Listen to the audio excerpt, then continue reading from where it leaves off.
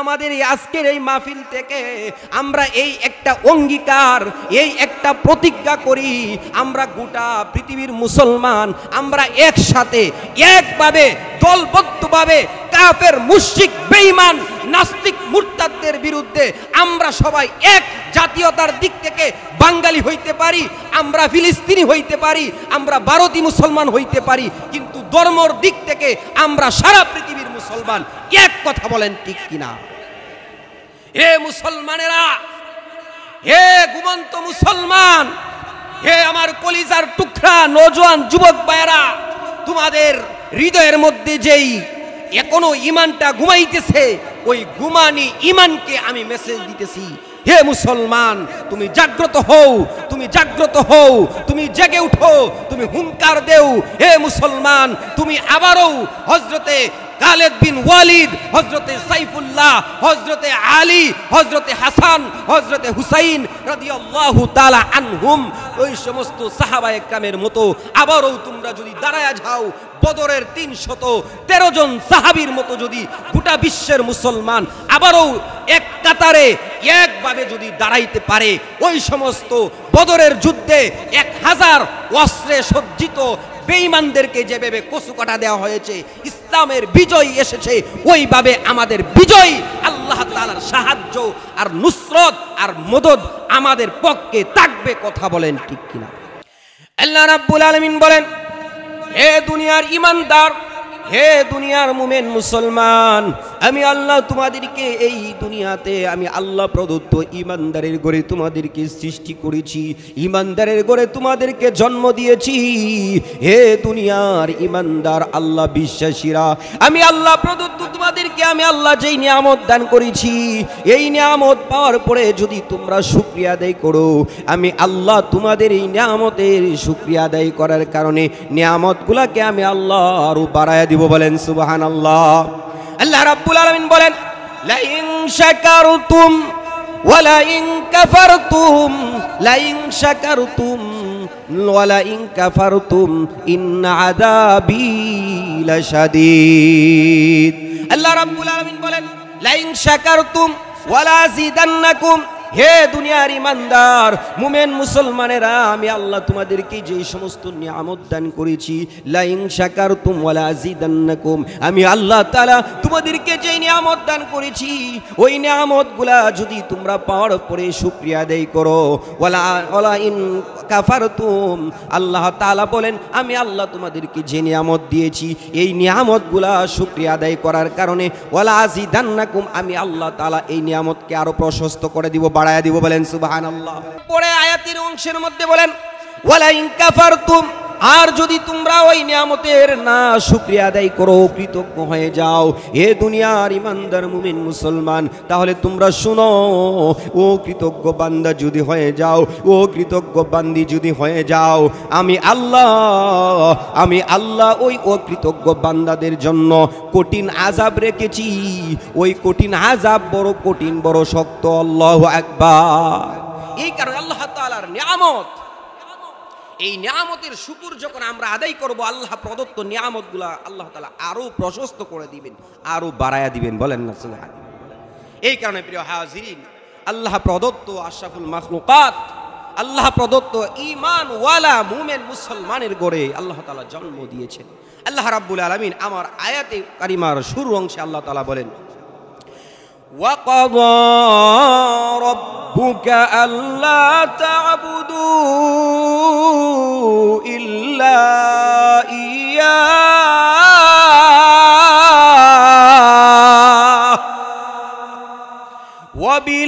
وَبِالْوَالِدَيْنِ إِحْسَانًا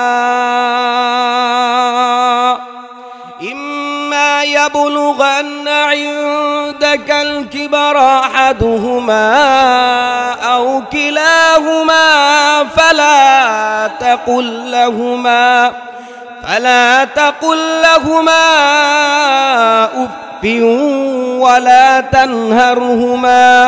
ولا تنهرهما وقل لهما قولا كريما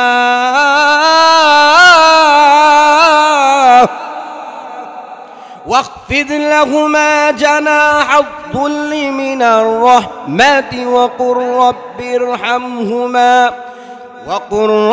ارحمهما كما ربياني صغيرا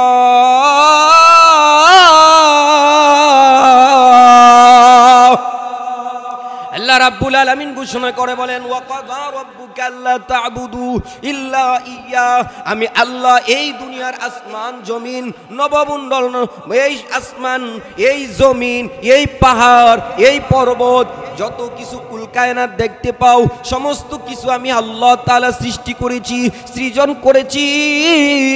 এই সৃজন করার পরে আমি আল্লাহ তোমাদেরকে নির্দেশ দিলাম ওয়াকাযা রাব্বুকা আল্লা তা'বুদু, আমি আল্লাহ তোমাদেরকে নির্দেশ দিলাম, আমি আল্লাহ অর্ডার করলাম, আমি আল্লাহর একমাত্র দাসত্ব করো। বলেন সুবহানাল্লাহ। একমাত্র দাসত্ব কার করতে হবে বলেন? আল্লাহ তাআলার। আল্লাহ তাআলা শুরুর এই আয়াতের শুরুর অংশে এই কথাই বলেছেন, একমাত্র আমি আল্লাহর দাসত্ব করবা, আমি আল্লাহর গোলামি করবা, আমি আল্লাহ তাআলার বিধিনিষেধগুলা, হে দুনিয়ার আল্লাহ বিশ্বাসীরা, আদম সন্তানেরা, আমি আল্লাহর ওই হুকুম আহকাম যদি তোমরা পালন করো, আমি আল্লাহ প্রদত্ত, আমি আল্লাহ তোমাদের উপরে নাজ নিয়ামতগুলা আরো বাড়ায় দিব। বলেন সুবহানাল্লাহ। সম্মানিত কিশোরগঞ্জ জেলা কঠিয়াদির মুসল্লিন একরাম, পর্দার আলের মা বোনদেরকে বলবো, আল্লাহ প্রদত্ত, আল্লাহ তাআলা আমাদেরকে সৃজন করেছেন, সৃষ্টি করেছেন, আল্লাহ তাআলা আমাদেরকে নির্দেশ দিয়েছেন একমাত্র আল্লাহর দাসত্ব করতে হবে, আল্লাহর গোলামি করতে হবে। আল্লাহর দাসত্ব, আল্লাহর গোলামি, আল্লাহর আরাধনা ছাড়া অন্য কারো ইবাদত মুসলমান করতে পারে না। কথা বলেন ঠিক কিনা? এই কারণে আল্লাহ রাব্বুল আলামিন বলেন, প্রতিদিন আমরা সূরা ফাতিহা পড়ি, নামাজের মধ্যে প্রথম সূরা আমরা সূরা ফাতিহা পড়ি। ওই সূরা ফাতিহার ভিতরে আল্লাহ তাআলা আমাদেরকে শিক্ষা দিয়েছেন, হে দুনিয়ার ঈমানদার আল্লাহ বিশ্বাসীরা, আমি আল্লাহ তোমাদেরকে সূরা ফাতিহা দান করলাম। আর ওই সূরা ফাতিহার ভিতরে আমরা প্রতিদিন বলি ইয়্যাকা না'বুদু ওয়া ইয়্যাকা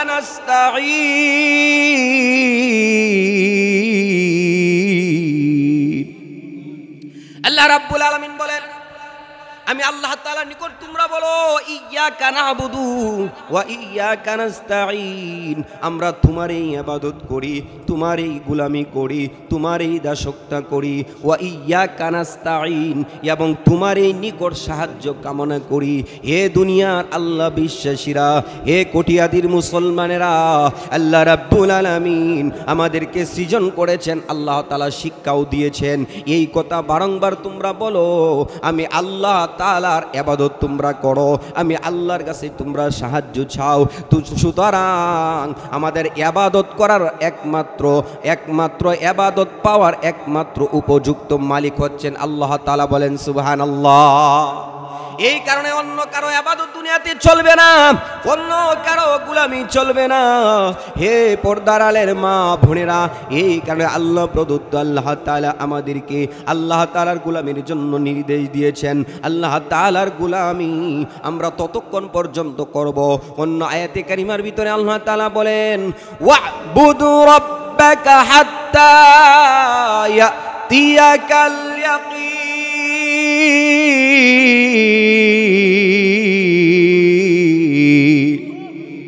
আল্লাহ রাব্বুল আলামিন বলেন, হে দুনিয়ার আল্লাহ বিশ্বাসীরা, হে আদম সন্তানেরা, ঈমানদারেরা, মুমিন মুসলমানেরা, তোমরা কত সময় পর্যন্ত আমি আল্লাহর ইবাদত করবা, দাসত্ব করবা, গোলামি করবা? হাত্তা ইয়াতিয়াকাল ইয়াকিন, ইবাদতের সময়টা হচ্ছে মৃত্যুর আগ পর্যন্ত। বলেন না সুবহানাল্লাহ। আল্লাহ রাব্বুল আলামিনের ইবাদত ততক্ষণ পর্যন্ত করব যতক্ষণ পর্যন্ত এই 3.5 হাত বডির মধ্যে আত্মা থাকবে, রূহ থাকবে। যেদিন রূহ থাকবে না সেই দিন আমার এই বডির কোনো দাম থাকবে না। আমি লাশ হয়ে যাব, সেই দিন আমার কোনো নামটাও থাকবে না। আমাকে আব্দুল্লাহ আনসারি বলবে না, আমার ভাইকে আবু হানিফ ভাই বলবে না, আমার ভাইকে হুমায়ুন ভাই বলবে না, আবু সাইদ মাস্টার বলবে না, সবাইকে বলবে আমার পাশে চেয়ারম্যান সাহেব বসা, ওনাকেও সেই দিন নাম করে রফিকুল ইসলাম সাহেব বলবে না। সেই দিন সবাই একসাথে এক বাক্যে বলবে এটা লাশ, এটা মুর্দা। কথা বলেন ঠিক কিনা? এই ঈমানদার মুমিন মুসলমান, আমার আত্মা ততক্ষণ পর্যন্ত সবল থাকবে যতক্ষণ পর্যন্ত আমার আত্মার মধ্যে, এই বডির মধ্যে রূহ থাকবে, আমার আত্মার দাম থাকবে, যতক্ষণ আমি আল্লাহ তাআলার ইবাদত করব, দাসত্ব করব।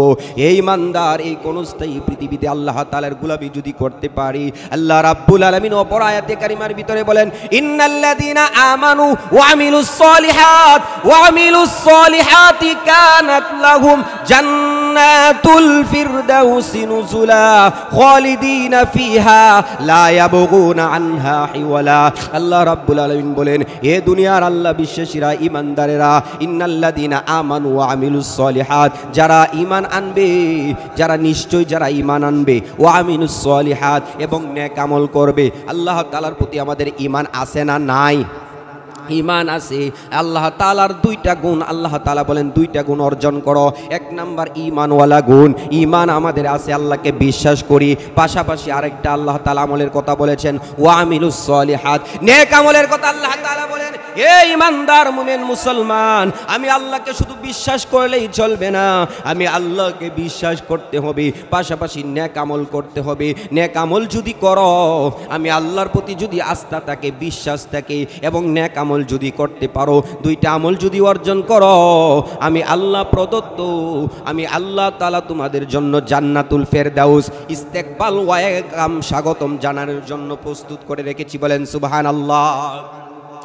আল্লাহ রাব্বুল আলামিন সূরা আসরের ভিতরে আল্লাহ তাআলা কসম খেয়েছেন, জমানার কসম, সময়ের কসমকে আল্লাহ বলেন, ওয়াল আসর ইন্নাল ইনসানা লাফি খুসর ইল্লাল্লাযীনা আমানু ওয়া আমিলুস সলিহাতি ওয়া তাওয়াসাউ বিল হক ওয়া তাওয়াসাউ বিল হক্কি ওয়া তাওয়াসাউ বিস সবর।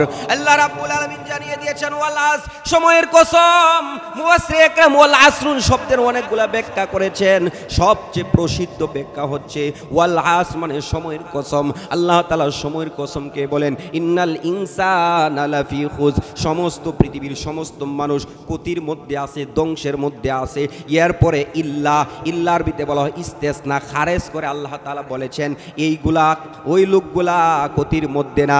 ইল্লাল্লাযীনা আমানু ওয়া আমিলুস সলিহাত, নিশ্চয়ই যারা ঈমান আনবে, ওয়া আমিলুস সলিহাত, এবং নেক আমল করবে, ওয়া তাওয়াসাউ বিল হক। এরপরে 3 নাম্বার আরেকটা গুণের কথা আল্লাহ তাআলা ওই আয়াতের ভিতরে বলেন, ওই সূরার ভিতরে 3 নাম্বার গুণ বলেন, ওয়া তাওয়াসাউ বিল হক্কি ওয়া তাওয়াসাউ বিস সবর। 3 নাম্বার গুণ হচ্ছে ওয়া তাওয়াসাউ বিল হক, একে অন্যকে সত্যের জন্য আদেশ করা, সত্যের জন্য নির্দেশ করা। এই ইমানদার মুমিন মুসলমান, আল্লাহ রাব্বুল আলামিন আমাদেরকে 4টা গুণ অর্জন করার জন্য সূরা আসরের ভিতরে বলেন। 1 নাম্বার ইন্নাল্লাযীনা আমানু ওয়া আমিলুস সলিহাত, 1 নাম্বার আল্লাহ তাআলার প্রতি ঈমান আনা। 2 নাম্বার ওয়া আমিলুস সলিহাত, নেক আমল করা। 3 নাম্বার ওয়া তাওয়াসাউ বিল হক, সত্যের একে অন্যকে সৎ কাজের আদেশ করা, সত্যের জন্য উদ্বুদ্ধ করা, সত্যের জন্য প্রতিযোগিতা করা। ওয়া তাওয়াসাউ বিল হক্কি ওয়া তাওয়াসাউ বিস সবর। 4 নাম্বার গুণ হইল সবর করা, ধৈর্য ধারণ করা। আল্লাহ রাব্বুল আলামিন অপর আয়াতে কারিমার ভিতরে আল্লাহ তাআলা ঘোষণা করেন, হে ঈমানদার, আমি আল্লাহ তাআলার নিকট সাহায্য চাইবা। সাহায্য চাওয়ার জন্য আমি আল্লাহ ঘোষণা করেছি 2টা জিনিসের মাধ্যমে আমি আল্লাহ তাআলার নিকট সাহায্য চাও। 1 নাম্বার, ইয়া আইয়ুহাল্লাযীনা আমানুস্তাঈনু বিস-সাবরি ওয়াস-সালাহ ইন্নাল্লাহা মা'আস-সাবিরিন। আল্লাহ রাব্বুল আলামিন বলেন, হে ঈমানদারেরা, হে আল্লাহ বিশ্বাসীরা, আমানুস্তাঈনু, আমি আল্লাহ তাআলার নিকট ইস্তাঈনু, সাহায্য প্রার্থনা করো, সাহায্য চাও। বিস-সাবরি, 1 নাম্বার সবরের মাধ্যমে, ধৈর্যের মাধ্যমে। ইয়া আইয়ুহাল্লাযীনা আমানুস্তাঈনু বিস-সাবরি ওয়াস-সালাহ, 2টা গুণের কথা বলেছেন, একটা হলো সবর, 2 নাম্বার হলো বিস-সাবরি ওয়াস-সালাহ। 2য় নাম্বার গুণ হলো সবর, 1 নাম্বার গুণ সবর, 2 নাম্বার গুণ হলো সালাহ। সালাতের মাধ্যমে, নামাজের মাধ্যমে। হে ঈমানদার, নামাজ পড়তেও ধৈর্যের প্রয়োজন আছে, কথা বলেন ঠিক কিনা? এই যে আমাদের সামনে রমজান মাস গেল, প্রায় 25-26 দিন আগে রমজান আমাদের থেকে বিদায় নিল। এই রমজানে যারা খতমের তারাবি পড়েছি, লম্বা সময় দাঁড়িয়ে থেকেছি, আরে যারা সবর নাই এরা নামাজ কিছু পড়ে চলে গেছে। আর যাদের সবর ছিল প্রথম তারাবি থেকে একবারে 29টা রমজান হয়েছে এই বছর, 29 তারাবি পর্যন্ত সবরের সাথে ধৈর্যের সাথে নামাজ আদায় করেছে। কথা বলেন ঠিক কিনা? এই ইমানদার মুমিন মুসলমান, এই কারণে আল্লাহ রাব্বুল আলামিন বলেন, ইয়া আইয়ুহাল্লাযীনা আমানুস্তাঈনু বিস-সাবরি ওয়াস-সালাহ। হে ইমানদারেরা, মুমিনেরা, মুসলমানেরা, আমি আল্লাহ তোমাদেরকে সবক দিলাম। দুইটা জিনিসের মাধ্যমে আমি আল্লাহ তাআলার নিকট সাহায্য চাইবা। একটা হলো সবর, 2 নাম্বার হইল নামাজ। বলেন না সুবহানাল্লাহ। এরপর আল্লাহ রাব্বুল আলামিন বলেন, ওয়াবাশশিরিস সাবিরিন।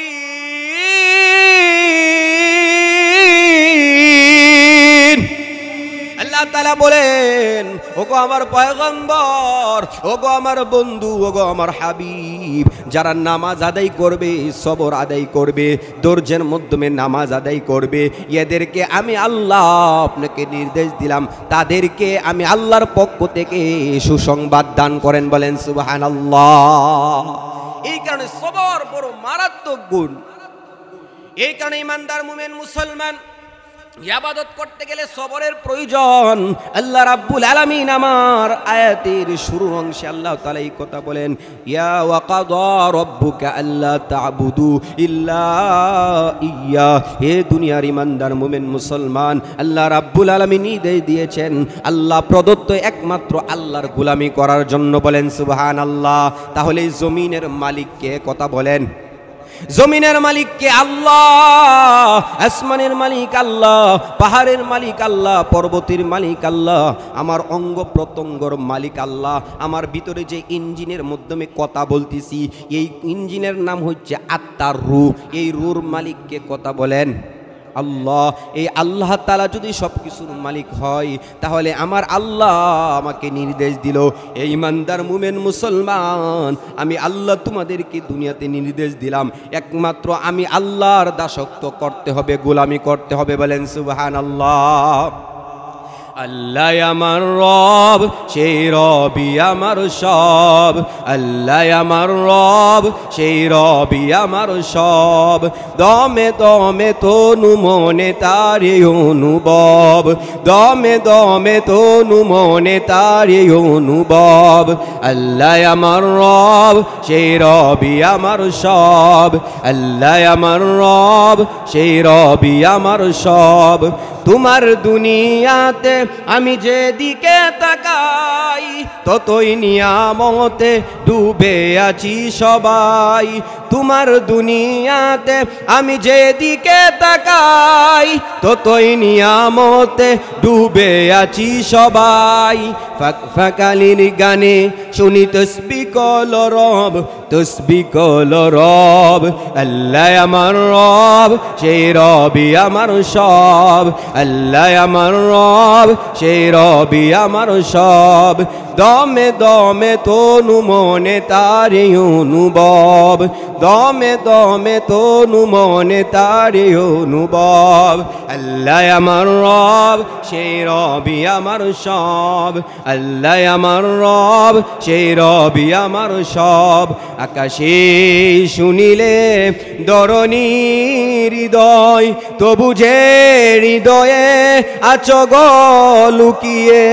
তোমার মদদ ফেলে আমি আর না কিছুই চাই, তোমার প্রেমের অনল আমি কি দিয়ে নিবাই। যার হয়েছ তুমি তার নেই যে কোনো ভয়, নেই যে পরাজয়। আল্লাহ আমার রব, সেই রবই আমার সব। আল্লাহ আমার রব, সেই রবই আমার সব। দমে দমে তনু মনে তারে অনুভব, দমে দমে তনু মনে তারে অনুভব। আল্লাহ আমার রব, সেই রবই আমার সব। আল্লাহ আমার রব, সেই রবই আমার সব। মারহাবা। এই কারণে আল্লাহ রাব্বুল আলামিন বলেন ওয়া কাদা রাব্বুকা আল্লা তা'বুদু ইল্লা ইয়্যা, আমি আল্লাহ তোমাদেরকে নির্দেশ দিলাম একমাত্র আল্লাহর গোলামি করবা, আল্লাহর আরাধনা করবা, আল্লাহর দাসত্ব করবা, আল্লাহ তাআলার হুকুম আহকাম পালন করবা, অন্য কারো গোলামি চলবে না, অন্য কারোর ইবাদত করা যাবে না। তাহলে কথাগুলা বুঝে থাকলে বলেন আমাদেরকে আল্লাহ তাআলা সৃজন করেছেন, সৃষ্টি করেছেন, এই কপালকে দিয়েছেন, কথা বলেন এই কপালের মালিক আল্লাহ, এই নাকের মালিক আল্লাহ। আল্লাহ তাআলা বলেন ওয়াবুদ রব্বাকা হাত্তা ইয়াতিয়াকাল ইয়াকিন, আমি আল্লাহর দাসত্ব করবা, গোলামি করবা মৃত্যুর আগ পর্যন্ত। এই ইমানদার মুমিন মুসলমান, অন্য আয়াতের ভিতরে আল্লাহ বলেন এই কপাল আমি আল্লাহ তোমার সৃষ্টি করেছি, নাক সৃষ্টি করেছি, অঙ্গ প্রত্যঙ্গগুলো সৃষ্টি করেছি। এ দুনিয়ার ইমানদার মুমিন মুসলমান, ওয়াসজুদ ওয়াকতারিব, যখন তুমি সেজদার মধ্যে লুটিয়ে পড়ো তখন সেজদার মধ্যে লুটানোর সঙ্গে সঙ্গে আল্লাহ রাব্বুল আলামিনের বান্দাগুলা, আল্লাহ তাআলার বান্দিগুলা আল্লাহ তাআলার নিকটবর্তী হয়ে যায়, বলেন সুবহানাল্লাহ। যখন বান্দা বান্দি নামাজের রুকুর মধ্যে পড়ে যায়, নামাজের মধ্যে যখন রুকু করে আল্লাহর নিকটবর্তী হয়ে যায়, সেজদার মধ্যে যখন পড়ে যায়, কপালের মাধ্যমে সেজদা করে, নাকের মাধ্যমে সেজদা করে, তখন ওই বান্দা দূরে ছিল, নামাজের আগে অনেক দূরে ছিল, নামাজের মধ্যে যখন সেজদার মধ্যে লুটিয়ে পড়ে সঙ্গে সঙ্গে ওই বান্দা বান্দি রবের নিকটবর্তী হয়ে যায়, বলেন না সুবহানাল্লাহ। এই কারণে আল্লাহর তাআলার ইবাদত করলে আমাদেরই ফায়দা, আমাদেরই লাভ, আল্লাহর প্রিয় পাত্র হয়ে যায়, আল্লাহর সন্তুষ্টি অর্জন করে যায়। এরপরে আল্লাহ রাব্বুল আলামিন সংক্ষিপ্ত আকারে আয়াতের তাফসীর করলাম, ব্যাখ্যা দিলাম, একমাত্র আল্লাহর দাসত্ব, আল্লাহর গোলামি করবেন, আল্লাহর দাসত্ব গোলামি ছাড়া অন্য কারো, অন্য কোনো বাবার ইবাদত চলবে না, কথা বলেন ঠিক কিনা? এই কারণে আল্লাহ রাব্বুল আলামিন একমাত্র আমি আল্লাহর ইবাদত করবা, আল্লাহর হুকুম পালন করবা, আল্লাহর গোলামি করবা, দাসত্ব করবা। এরপরে আল্লাহ রাব্বুল আলামিন আয়াতের দ্বিতীয় অংশে বলেন ওয়াবিল ওয়ালিদাইনি ইহসানা,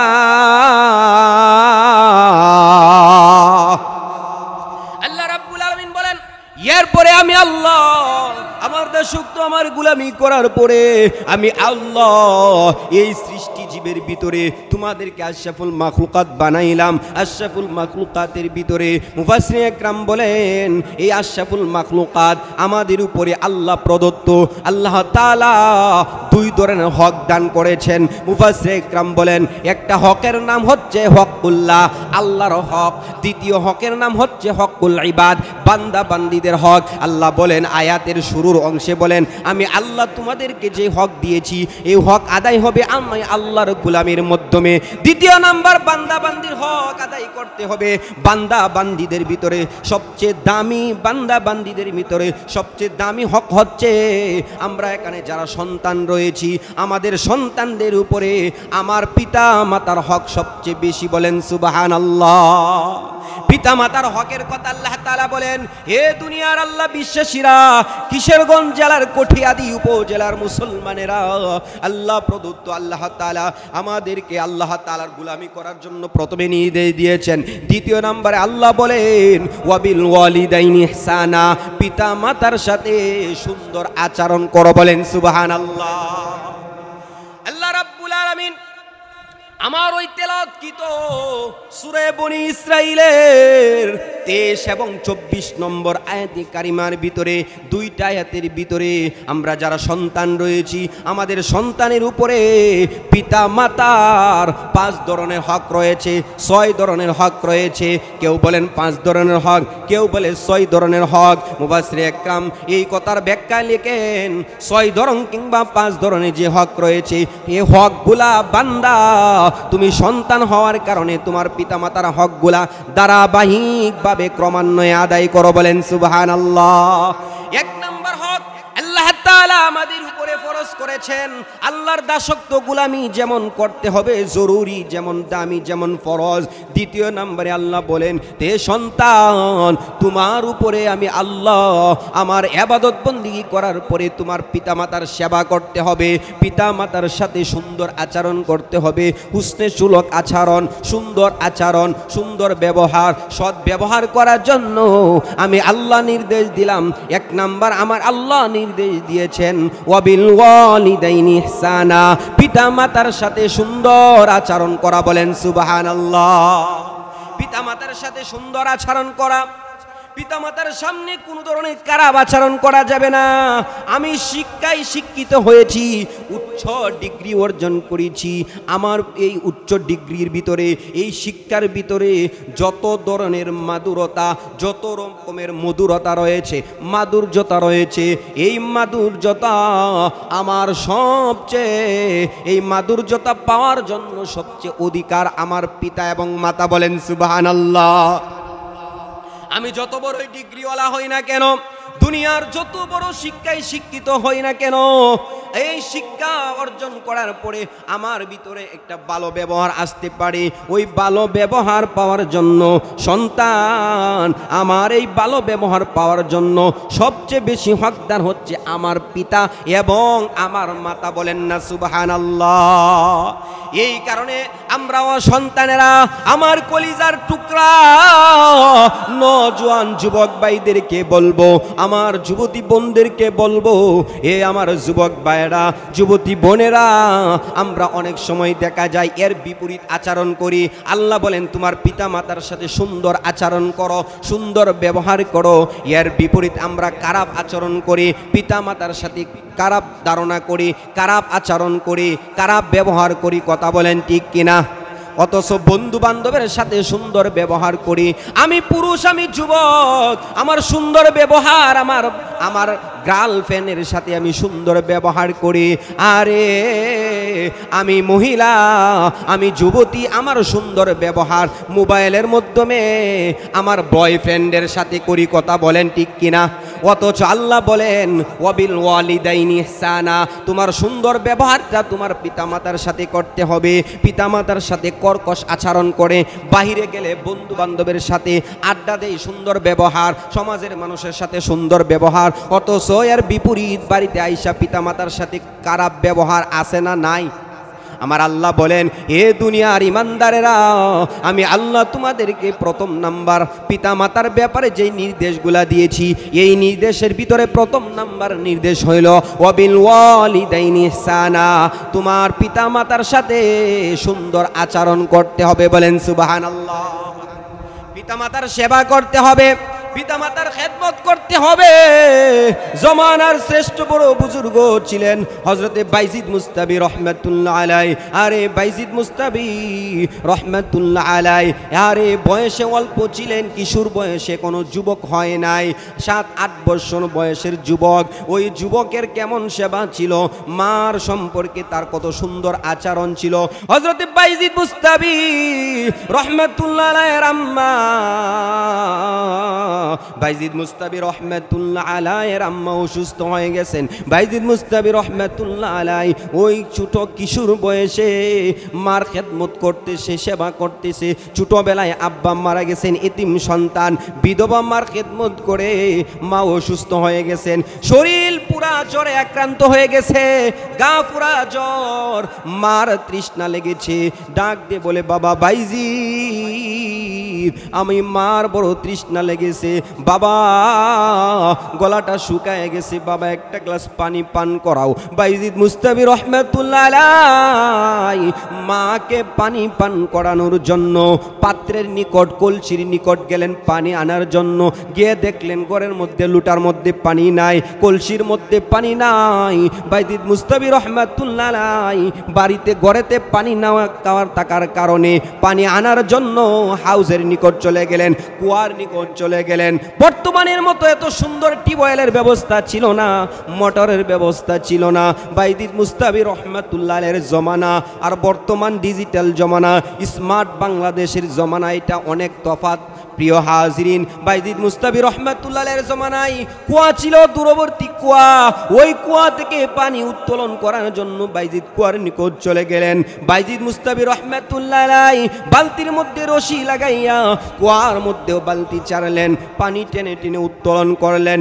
এরপরে লুটার মধ্যে পানি ভরলেন, গ্লাসের মধ্যে, জগের মধ্যে, কলসির মধ্যে পানি বইরা এরপরে ওই পানি নিয়া বাড়িতে আসছেন। আয়েশা মোটামুটি কিছু সময় দেরি হয়ে গেছে।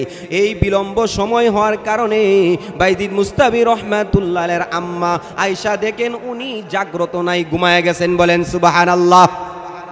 বাইজিদ মুস্তাবি রহমাতুল্লাহ আলাইহির আম্মা ঘুমায় গেছে, ছোট বাচ্চা বালক বাইজি চিন্তা করতেছে আমার আম্মা অসুস্থ মানুষ, তৃষ্ণার কারণে ঘুমায় গেছেন, এখন যদি এই ঘুমটাকে আমি ভেঙে দেই কষ্ট আরো বেড়ে যাবে, সুতরাং আমি আর ঘুম থেকে জাগ্রত করব না। পানি গ্লাসের মধ্যে এইভাবে গ্লাস ভর্তি পানি নিয়া মার শেওরে মাতার পাশে বাইজিদ মুস্তাবি রহমাতুল্লাহ আলাইহি সারা রাত্রি জাগ্রত থাকলেন। বলেন সুবহানাল্লাহ। বাইজিদ মুস্তাবি রহমাতুল্লাহ আলাইহির আম্মার গভীর রজনীতে হঠাৎ করে ঘুম ভেঙে গেল। বাইজিদ মুস্তাবি রহমাতুল্লাহ আলাইহির আম্মা ঘুম থেকে উঠে দেখে পাশে বাইজিদ মুস্তাবি রহমাতুল্লাহ আলাইহি পানি ভর্তি গ্লাস নিয়ে দাঁড়ানো অবস্থায় রয়েছে। বাবা বাইজিদ, এত গভীর রজনীতে পানি নিয়ে দাঁড়ায় রইলা, ব্যাপার কি? বাইজিদ মুস্তাবি রহমাতুল্লাহ আলাইহি ডেকে বলেন, ওগো আমার আম্মা, সন্ধ্যাবেলায় আপনি পানি চেয়েছিলেন, আর এই পানি আপনাকে পান করানোর জন্য ঘরের ভিতরে গিয়ে দেখলাম পানি নাই। কুয়া থেকে পানি আনতে আনতে মোটামুটি কিছু সময় দেরি হয়ে গেছে, এখন আয়েশা দেখে আপনি ঘুমায় গেছেন। ওগো আমার আম্মা, আমি চিন্তা করলাম আমি বাইজিদ আপনাকে যদি ঘুম থেকে জাগ্রত করি কষ্ট হইতে পারে, এই কারণে আমি আপনাকে ঘুম থেকে জাগ্রত না করিয়া গ্লাস ভর্তি পানি নিয়ে আপনার মাথার পাশে আমি দাঁড়ায় রইলাম। বাইজিদ মুস্তাবি রহমাতুল্লাহ আলাইহির আম্মা তৃষ্ণা নিবারণ করলেন, পানি পান করলেন। মুফাসসিরিনে ইকরাম এবং অনেক দার্শনিক ইতিহাস বিশারদগণ লেখেন, ওই বাইজিদ মুস্তাবি রহমাতুল্লাহ আলাইহির আম্মা এই বাইজিদ মুস্তাবি রহমাতুল্লাহ আলাইহি থেকে পানি পান করিয়া উনি উঠলেন, ওযু করলেন, ওযু করিয়া 2 রাকাত তাহাজ্জুদের নামাজ আদায় করলেন এবং সিজদার মধ্যে পড়িয়া আল্লাহ রাব্বুল আলামিনের নিকট দোয়া করেন, দয়াময় আল্লাহ, ও আমার আল্লাহ, আমার এই ছোট বাচ্চা, ইয়েতিম বাচ্চা, বালক বাচ্চা বাইজিদ, তার ভিতরে জ্ঞান গরিমা কি আর আছে?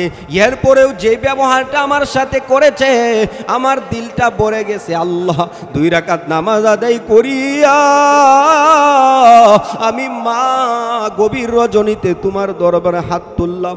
ওগো আমার আল্লাহ, আমি আমার ওই বাবার জন্য, সন্তানের জন্য দোয়া করলাম, আমার ওই বাইজিদকে জমানার শ্রেষ্ঠ বড় বুজুর্গ ওলি বানাইও।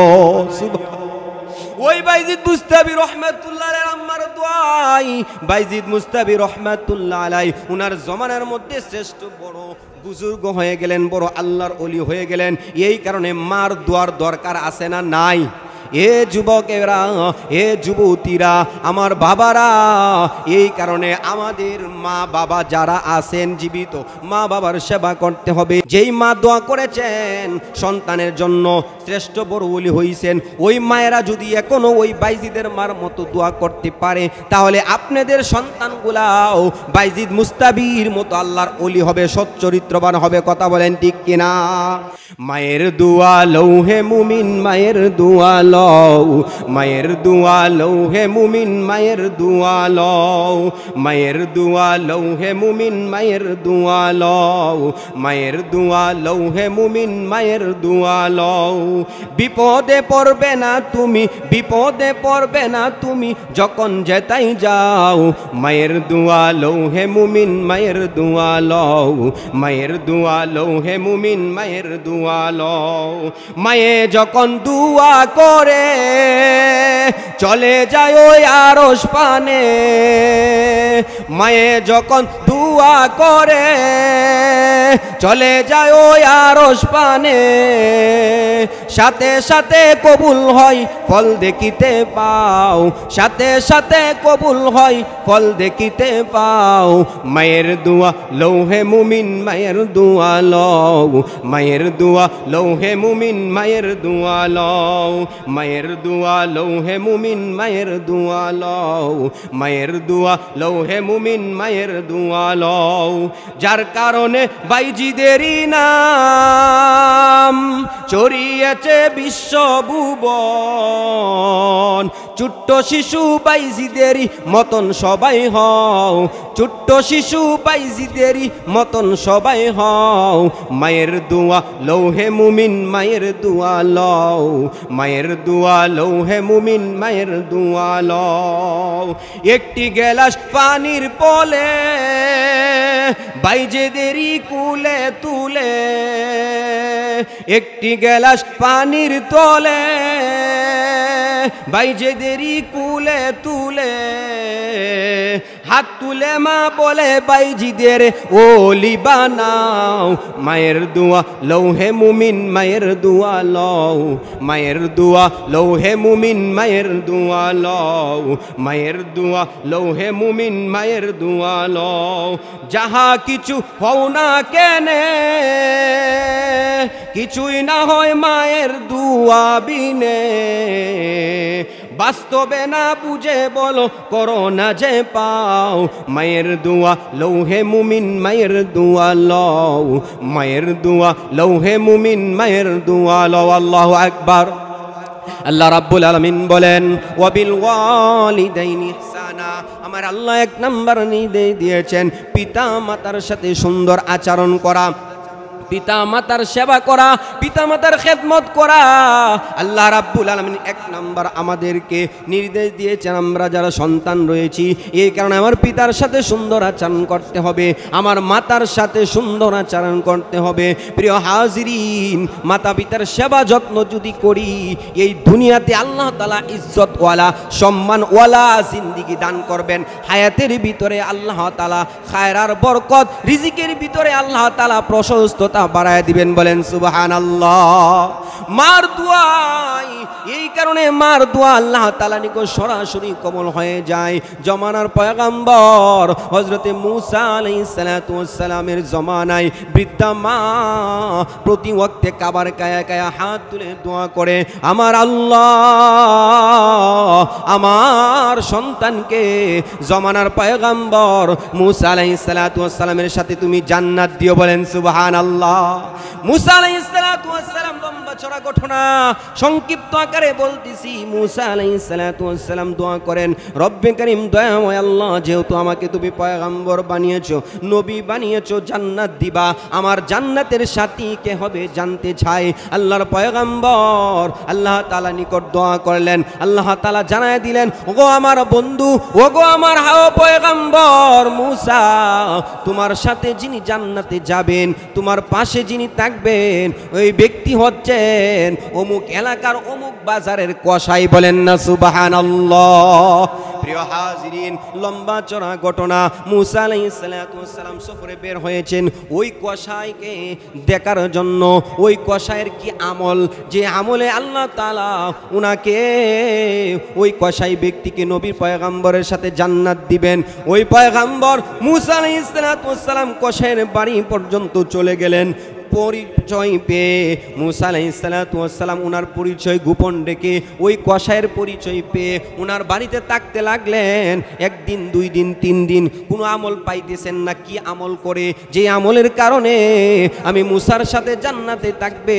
পরিশেষে দেখলেন ওই গুস্তকুর ওই ব্যক্তি, কসাই ব্যক্তি প্রতিদিন গুস্তগুলা কর্তন করে কেড়ে বিক্রি করে এবং গুস্তের ভিতরে নরম নরম হাড্ডি বিশিষ্ট সিনার হাড্ডিগুলা, সিনার গুস্তগুলা আলাদা টুকরার মধ্যে, পলিথিনের মধ্যে টুকরা আকারে, প্যাকেট আকারে জমা করেন। এরপরে বাড়িতে সন্ধ্যাবেলায় নিয়ে যায় এবং নিজের হাতে বাক্সা করিয়া মাকে খাওয়ায় এবং মা প্রতিদিন ওই সন্তানের জন্য দোয়া করে, রব্বে কারীম, আমার সন্তান আমাকে যেই সেবা করে, যেই খেদমত করে, এর বিনিময়ে আমার সন্তানকে আমাদের জমানার পয়গম্বর মূসা আলাইহিস সালাতু ওয়াস সালামের সাথে জান্নাতে ঢুকাইও। বলেন সুবহানাল্লাহ। এই কারণে আমার কলিজার টুকরা যুবক ভাই, ভাই, আমার যুবতী বোনেরা, মুরব্বিয়ানে আযম, পর্দার আলের মা বোনেরা, এই কারণে আল্লাহ রাব্বুল আলামিন এক নাম্বার নির্দেশ দিয়েছেন ওয়াবিল ওয়ালিদাইনি ইহসানা, পিতা মাতার সাথে সুন্দর আচরণ করো, হুসনে সুলুক ব্যবহার করো, সৎ ব্যবহার করো। কারণ জানো না তোমার পিতা তোমার জন্য কত কষ্ট করেছেন। এ সন্তান, তুমি জানো না যেই পিতা নিজের জীবনের সব ত্যাগ করে তোমাকে আনন্দ দেওয়ার জন্য তোমার এই কালো চেহারার মধ্যে, এই মলিন চেহারার মধ্যে একবার হাসি ফোটানোর জন্য পিতা সকাল থেকে রাত্রি পর্যন্ত মাথার গাম পায়ে পর্যন্ত ফেলেছে, এত কষ্ট করেছে, রিক্সা চালাইছে, ভ্যান চালাইছে, অটো চালাইছে, এই বৈশাখ মাসে এই প্রচণ্ড গরমের ভিতরে ক্ষেতের মধ্যে ধান লাগাইছে, ধান কাটছে, ধান মারাইছে, এত কষ্ট করে করে সন্তান তোমাকে শান্তি দেওয়ার জন্য পিতা একমাত্র কষ্ট করেছে, এছাড়া কোনো অন্য উদ্দেশ্য নাই। কথা বলেন ঠিক কিনা? এই কারণে আমার কলিজার টুকরা, এই কটিয়াদির মুসলমানেরা, ফেকা মারার মুসলমানেরা, ভালো করে বুঝেন যুবক ভাইয়েরা, পিতার সাথে আমি অনেক সময় খারাপ আচরণ করি, দুর্ব্যবহার করি, আমার পিতা আমাকে ধমক দিলে চোখ রাঙ্গাইয়া প্রতিবাদ করি। কথা বলেন আছে না নাই? এ সন্তান, কপাল পোড়া সন্তান, আমার পিতা আমার জন্য এত কষ্ট করে ঈদের দিন আমার পিতার নিকট ঈদের আগে আমি আবেদন করেছি, বাবা ঈদের দিন, এবারের ঈদের দিন আমাকে যদি সুন্দর জামা, নতুন জামা না খরিদ কইরা দাও। এবারে বললাম ঈদের দিন আমি আনন্দ ভোগ করব না। পিতা অনেক কষ্ট করিয়া করিয়া কিছু টাকা সঞ্চয় করেছেন, ঈদের দিন মোটামুটি একটা আয়োজন করিয়া পরিবারের সকল সন্তানদেরকে নিয়া পিতা মাতা একত্রিত হইয়া একটু খাবার দাবার করবেন। এই জমানোর টাকাগুলা সন্তান যখন বলতেছে আমার বন্ধু বান্ধবেরা নতুন কাপড় চোপড় পরিধান করছে, নতুন কাপড় কিনছে, নতুন কাপড় করিয়া আনছে, আমার পিতা আমাকেও যদি তাদের মতো করে নতুন জামা না দেও তাহলে এবার আমি ঈদ করব না। এই কথা বলিয়া সন্তান যখন মাটির মধ্যে গড়াগড়ি খায়, পিতা চোখের পানি ছেড়ে ছেড়ে বলে, হারে তো কষ্ট করিয়া অল্প টাকা সঞ্চয় করেছিলাম, বাজার থেকে ভালো কিছু খাবারের ব্যবস্থা করব, আমার এই সন্তানটা, আমার এই ছেলেটা, আমার এই মেয়েটা বায়না ধরছে, এবার যদি তাকে দামি কাপড় চোপড়, নতুন কাপড় চোপড় না কিনা দেই, জুতা না কিনা দেই, তাহলে ঈদের আনন্দ ভোগ করবে না, হইতেই পারে না। মার সাথে পরামর্শ কি করা যায়? ঠিক আছে, আমাদের আনন্দ ভোগ বাদ দিয়া, খাবার দাবার বাদ দিয়া এই জমানো টাকা নিয়ে তাড়াতাড়ি কটিয়াদির বাজারে চলে যান। আগামী সকাল বেলায় ঈদ, আজকে ঈদের চাঁদের রাত্রি, যান এই রাত্রির ভিতরে সন্তানের জন্য নতুন জামা কাপড় নিয়ে আসেন। বাবা ওই জমানো টাকা নিয়ে কটিয়াদি বাজার থেকে সন্তানের জন্য নিজেদের দুঃখ কষ্ট এইগুলা হাসি মুখে বরণ করিয়া সন্তানের মুখে হাসি ফুটানোর জন্য বাবা কটিয়াদির বাজার থেকে নতুন কাপড় চোপড় করিয়া সন্তানের হাতে যখন দেয়, সন্তান তখন বলে, হ্যাঁ এই আমি খুশি হয়ে গেলাম। বাবা মা বলে, আমাদের খাবারের কষ্ট এইটা সহ্য করলাম, আমাদের সন্তানের মুখে হাসি ফোটাইতে পারলাম, এতে আমাদের আনন্দ। কথা বলেন ঠিক কিনা? এই কারণে এখানে যারা বাবারা আছেন, যাদের সন্তান আছে, এরা সহজেই বুঝেন বাবা তার সন্তানকে কতভাবে আগলা রাখে, কতভাবে ভালোবাসে, কত করে কষ্ট করিয়া আগলা রাখে, নিজে না খাইয়া সন্তানকে খাওয়াই, নিজে ভালো কিছু না পরিধান করিয়া, ওই যে কবে 100 টাকা দিয়া স্যান্ডেল জুতো পরিধান করছিল, ওই স্যান্ডেল এখনো ছিঁড়তে 2-3 জায়গায় তালি দিছে, সিলাইছে, এরপরেও নিজে ভালো কোনোদিন ভালো কাপড় চোপড় পরিধান করে না, নতুন জুতা পরিধান করে না, সন্তানকে ঠিকই নতুন জামা কইরা দিছে, নতুন জুতা কইরা দিছে। এরকম পিতা আমাদের আছে না নাই? কথা বলেন। হে আমার কটিয়াঝির মুসলমানেরা, এই কারণে বাবার কথা ভুলা যায় না। যাদের বাবা নাই, রাত্রি ঘুমায়া ঘুমায়া বালিশের সাথে মাথা লাগায় চিন্তা করবেন, বাবা আমার জন্য কত বড় নিয়ামত ছিল। বাবা যেই দিন আমার পাশে ছিলেন, মনে হইছে বট গাছের ছায়া আমার মধ্যে ছাতা দিয়া রাখছে। আরে বাবা যেই দিন হারায় গেল, এই বাবা যেই দিন অন্ধকার কবরে চলে গেল, সেই দিন বোঝা গেছে আমার উপরে দুনিয়ার পাহাড় ভেঙে গেছে। আহা, আল্লাহু আকবার। এই কারণে যাদের বাবা নাই, অন্ধকার কবরের যাত্রী হয়ে গেছেন, বাবাদের জন্য আমাদের দায়িত্ব হইল দোয়া করা। আল্লাহ রাব্বুল আলামিন যাদের পিতা নাই, ওই এতিম সন্তানদের পিতার কবরে আল্লাহ তাআলা জান্নাতি নূর দান করক, বলেন আমিন। প্রিয় হাজিরিন, এরপরে আল্লাহ রাব্বুল আলামিন আমার দ্বিতীয় আয়াতের, এই আয়াতের পরের অংশের মধ্যে বলেন, ওয়াবিল ওয়ালিদাইনি ইহসানা ইম্মা ইয়াবলুগান্না ইনদাকাল কিবরা আহাদুহুমা আও কিলাহুমা ফালা তাকুল লাহুমা উফ ইম্মা ইয়াবলুগান্না ইনদাকাল কিবরা আহাদুহুমা আও কিলাহুমা ফালা তাকুল লাহুমা। আমার আল্লাহ রাব্বুল আলামিন জানিয়ে দিয়েছেন, ওই পিতা মাতার ভিতরে, যেইজন পিতা মাতার ভিতরে দুইজনকে যদি তোমরা জীবিত পাও, অথবা দুইজনের কোনো একজনকে যদি জীবিত পাও, তাহলে পিতা মাতার সেবা এমন ভাবে করো যাতে আমার আল্লাহ তোমার উপরে রাজি হয়ে যায়, খুশি হয়ে যায়। আল্লাহ তাআলা যাতে তোমাকে জান্নাত দিয়ে দেন। হে ইমানদার মুমিন মুসলমান, কোটিয়াদির মুসলমানেরা ভালো করে বুঝেন, আল্লাহ রাব্বুল আলামিন 2 নাম্বার নির্দেশ দিয়েছেন। আমার পিতা মাতা যদি জীবিত থাকে, পিতা মাতার সেবা করতে হবে, ভালো ব্যবহার করতে হবে। 3 নাম্বার আল্লাহ নির্দেশ দিয়েছেন, উফি ওয়ালা তানহারহুমা, পিতা মাতাকে ধমক দেওয়া যাবে না। ওয়াকুল্লাহুমা কাউলান কারীমা। 4 নাম্বার আল্লাহ নির্দেশ দিয়েছেন, পিতা মাতার সাথে সুন্দর সুন্দর কথা বলতে হবে, মিষ্টি মিষ্টি মধুর মধুর করে কথা বলতে হবে। হে আমার বাবারা, হে আমার কলিজার টুকরা যুবক ভাইয়েরা, পর্দার আলের যুবতী বোনেরা, আমরা জানি না আমাদের মাদের সাথে কত দুর্ব্যবহার করি, অথচ আমার মা আমার জন্য কত কষ্ট করেছেন। মার কথা কখনো ভোলা যায় না। যেই সন্তানেদের মা, যাদের মা নাই, আরে মা একটা শব্দ দিয়া, একটা অক্ষর দিয়া, একটা বর্ণ দিয়া শব্দটা লেখা হয় মা। সবাই বলেন মা, আরো জোরে বলেন মা। এই মা যখন ডাকি, আমার কলিজার মধ্যে আনন্দ লাগে, আমার মার কলিজাটাও শীতল হয়ে যায়। এই মার সাথে সুন্দর আচরণ করার জন্য আল্লাহ নির্দেশ দিয়েছেন, পিতার সাথে সুন্দর আচরণ করো, মার সাথে সুন্দর আচরণ করো। আমার আল্লাহ নির্দেশ দিয়েছেন, এই মা তোমার জন্য কত কষ্ট করেছেন। আল্লাহ তাআলার পয়গম্বর বিশ্বনবী রাহমাতুল লিল আলামিনের দরবারে সাহাবী দৌড়ে গিয়ে হাজির হয়ে, ইয়া রাসূলুল্লাহ, ইয়া হাবিবাল্লাহ, খেদমত করব কাম। আল্লাহর নবী বলেন তোমার মার। আবার দ্বিতীয়বার বলেন, ইয়া রাসূলুল্লাহ, খেদমত করব কার? আল্লাহর নবী বলেন তোমার মার। আবার সাহাবী বলবেন, ইয়া রাসূলুল্লাহ, খেদমত করব কার? আল্লাহর নবী আবার জবাব দেয় তোমার মার। চতুর্থবার সাহাবী প্রশ্ন করেন, ইয়া রাসূলুল্লাহ, খেদমত করব কার? আল্লাহর নবী তখন চতুর্থবার জবাব দেয় সুম্মা আবুকা। চতুর্থবার বলেন তোমার পিতার সেবা করবা। 3 বার মার কথা বলেছেন। মুহাদ্দিসিনে একরাম ওই হাদিসের ব্যাখ্যায় লেখেন, আল্লাহ রাব্বুল আলামিনের পক্ষ থেকে মা এবং বাবা নিয়ামত। মা সন্তানের জন্য কতটুক নিয়ামত, পিতা যতটুক নিয়ামত, এর থেকে মার হক বেশি, মার অধিকার বেশি। কারণ 3টা জায়গার মধ্যে মার কষ্ট বেশি, পিতার কষ্ট নাই।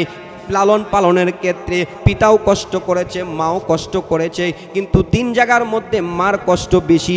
এই কারণে মার অধিকার আল্লাহ তাআলার হাবিব বাড়ায়া দিয়েছেন, বলেন সুবহানাল্লাহ। প্রিয় হাজরিন, 1 নাম্বার কষ্ট আমার মা জননী আমাকে 10 মাস 10 দিন এই পেটের মধ্যে ধারণ করেছে। আল্লাহু আকবার। পেটের মধ্যে ধারণ করা কত কষ্ট, পেটের মধ্যে ধারণ করা কত দুঃখ, কত যাতনা দুনিয়ার কোনো পুরুষকে আল্লাহ তাআলা এই কষ্ট বুঝার অনুভব করার জ্ঞান দান করে নাই। সামান্য কিছু অনুভব আমরা করতে পারি। এ আমার কিশোরগঞ্জ জেলার কটিয়াদির ইফেক আমার আর মুসলমান যুবক ভাইয়েরা, যুবতী বোনেরা, ও আমার পর্দারালের মারা, উপস্থিত আমার মুরব্বী বাবারা, এই কারণে আল্লাহ রাব্বুল আলামিনের পক্ষ থেকে আমার মা, আপনার মা আপনাকে পেটে ধারণ করেছেন, আমার মা আমাকে পেটে ধারণ করেছেন।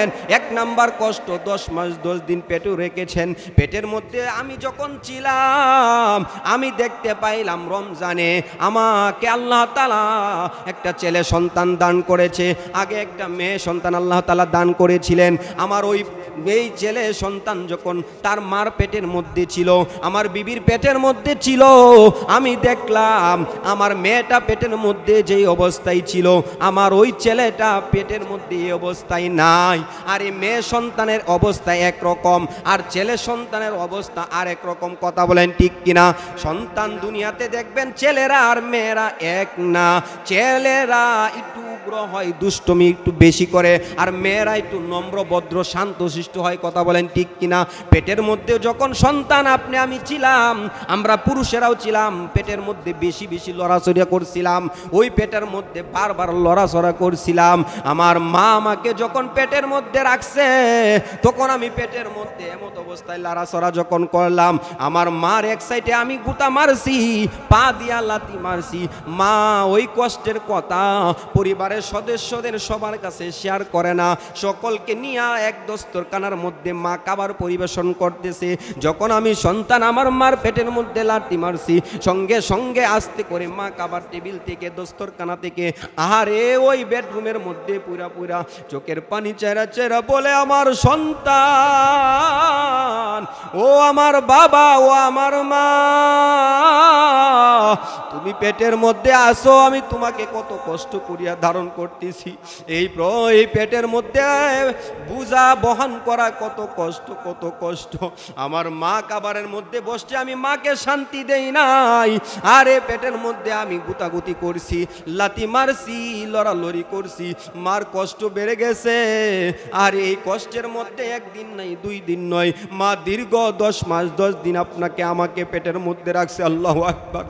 ওই মা 10 মাস 10 দিন গর্ভ রাখার পরে আল্লাহ তাআলার পক্ষ থেকে একটা কষ্ট, 2 নাম্বার কষ্ট, এই দুনিয়াতে আপনাকে আমাকে মা যখন প্রসব করেছেন, প্রসবের কত যন্ত্রণা, প্রসব করার কত কষ্ট,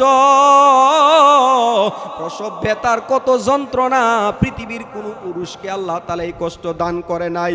এ আমার মুসলমান ভাইয়েরা, মুসলমান বাবারা ভালো করে বুঝেন। আমার মা,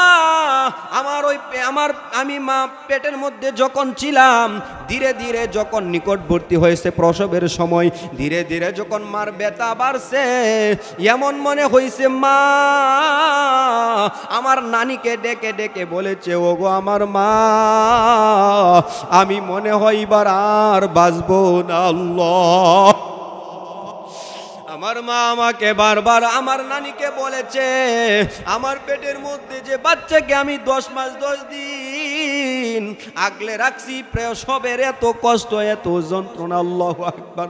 যখন এই ব্যথা বাড়ছে মনে হইছে মার আত্মাটা বের হয়ে যাবে। আল্লাহু আকবার। এত কষ্ট করিয়া আপনাকে আমাকে আমার মা, আপনার মা প্রসব করিয়েছেন, দুনিয়াতে আসছি। 2 নাম্বার কষ্ট প্রসবের ব্যথা, 3 নাম্বার কষ্ট আল্লাহ রাব্বুল আলামিন বলেন 3টা কষ্ট মা বেশি করেছেন। এর ভিতরে 3 নাম্বার কষ্ট হইল মা আপনাকে আমাকে 2 দিন নয়, 3 দিন নয়, আরে 1 বছর নয়, দীর্ঘ 2-2.5 বছর পর্যন্ত দুধ পান করিয়েছেন। আরে আমার মা আমাকে আগলিয়ে রেখেছেন। আর এখন তো গরমের সিজন, শীতের বেলায় একটু পানি যদি বিছনার মধ্যে লাগছে, কাপড়ের মধ্যে লাগছে, তাহলে বোঝা যায় কত কষ্ট, কত কষ্ট। আপনি আমার মা আপনাকে আমাকে যখন কাকে নিল, কুলে নিল, ওই কাকে কুলে তাকা অবস্থায় আমার মার কুলের মধ্যে প্রস্রাব করে দিছে, আরে পায়খানা করে দিছি। আরে বাবা কিন্তু ওই প্রস্রাব পায়খানা দেইকা দেইকা একবার দুইবার তিনবারের সময় বিরক্ত হয়ে গেছে, ধীরে ধীরে এখান থেকে চলে অন্য জায়গায় চলে গেছে। কিন্তু মা আমার ওই পেশাব পায়খানাগুলা ধীরে ধীরে পরিষ্কার করছে। আল্লাহু আকবার। আমার মা জননী, তোমার কথা কখনো বলতে পারি না। ও আমার মা, ওইভাবে আমার মা, আপনার মা আপনাকে আমাকে আলাদা আগলা করে রাখছে। একটা নয়, দুইটা নয়, বারবার প্রস্রাব করেছি, বারবার কাপড় পাল্টাইছেন। এরপরে দেখে আর কাপড় নাই, তেনা নাই। আরে এখন সব কাপড় শেষ হয়ে গেছে। মা তার এই আঁচল দিয়া আগলা করে ডাইন পাশে রাখছে, আবারও পেশাব পায়খানা করে দিছি। এরপরে মা তার ওই ডান কাছ থেকে বাম পাশে নিছে, বাম পাশে আবারও পেশাব পায়খানা করে দিছি। এখন মা বলে, ওই সন্তান কাপড় সুপড় সস নাশ করে দিছো, সমস্যা নাই বাবা, আমি তোমাকে আমি মার ওই হৃদয়ের মধ্যে, কলিজার মধ্যে আগলায় রাখবো। আল্লাহ, আমি চাঁদকে বলি তুমি সুন্দর নও আমার মায়ের মতো, আমি চাঁদকে বলি তুমি সুন্দর নও আমার মায়ের মতো, আমি চাঁদকে বলি তুমি সুন্দর নও আমার মায়ের মতো।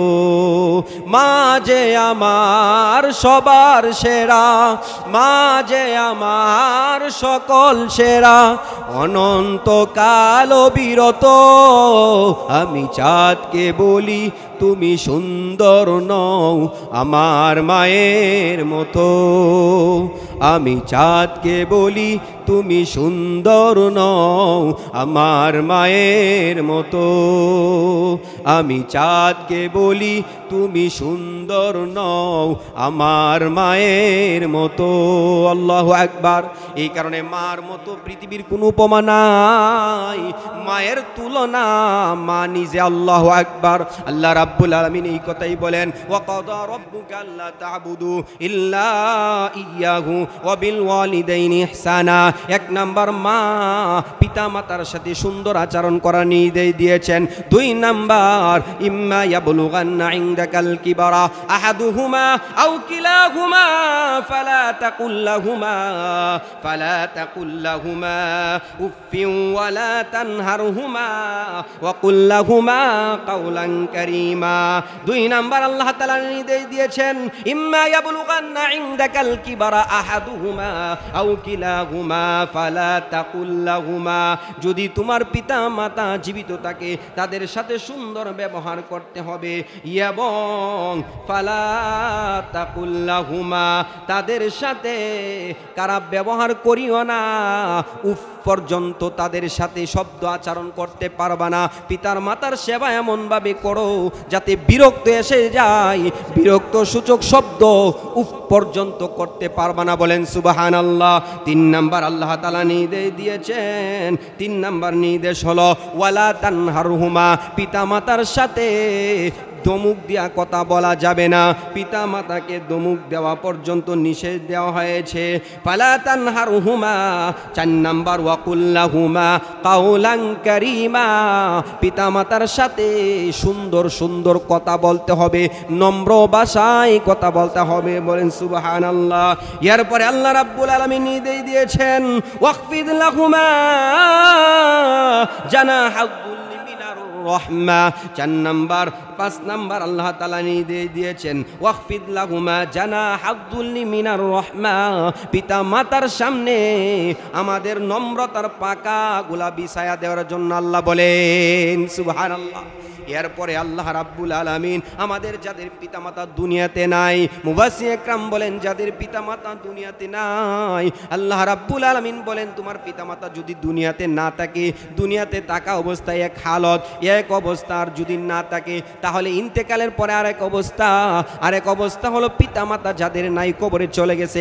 আমার আল্লাহ বলেন ওই সমস্ত পিতামাতার জন্য সন্তান তুমি আল্লাহ রাব্বুল আলামিনের নিকট দোয়া করো, ওয়া কুর রাব্বির ইরহামহুমা কামা রব্বায়ানি সগীরা।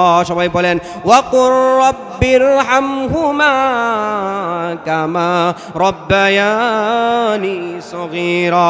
আল্লাহ রাব্বুল আলামিন নিকট দোয়া করেন, ও দয়াময় আল্লাহ, আমার পিতামাতার উপরে তুমি ওইভাবে রহমত নাজিল করো যেইভাবে আমার পিতামাতা ছোটবেলা আমার উপরে দয়া নাজিল করেছেন, দয়া করেছেন। বলেন সুবহানাল্লাহ।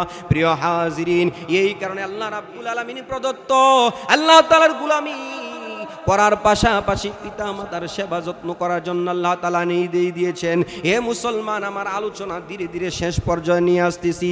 আমরা মুসলমান জাতি, অনেক ক্ষেত্রে আমরা মুসলমান দলাদলি করি, কাটাকাটি করি, মারামারি করি, অথচ আল্লাহ রাব্বুল আলামিন নির্দেশ দিয়েছেন ওয়াতাসিমু বিহাবলিল্লাহি জামিআন ওয়ালা তাফাররাকু। হে দুনিয়ার ইমানদার মুমিন মুসলমানেরা, তোমরা সবাই একত্রিত হইয়া আল্লাহ রাব্বুল আলামিনের রশিকে শক্ত কইরা মজবুত কইরা ধইরা রাখো। বলেন সুবহানাল্লাহ। এ মুসলমান, আমরা মনে করি আজকে বাংলাদেশের মুসলমান মনে করি আমার ফিলিস্তিনের মুসলমানদের উপরে আঘাত, ফিলিস্তিনের মুসলমানদেরকে শহীদ করা হইতেছে, আমরা তো শান্তিতে আছি। এ মুসলমান, তাকায়া দেখেন ফিলিস্তিনের মুসলমান গাজার মুসলমানদেরকে ধীরে ধীরে একবার নিঃশেষ করে দিছে। এখন আমাদের পার্শ্ববর্তী রাষ্ট্র ভারতের মুসলমানদের উপরে নির্যাতন চলতেছে। কথা বলেন ঠিক কিনা?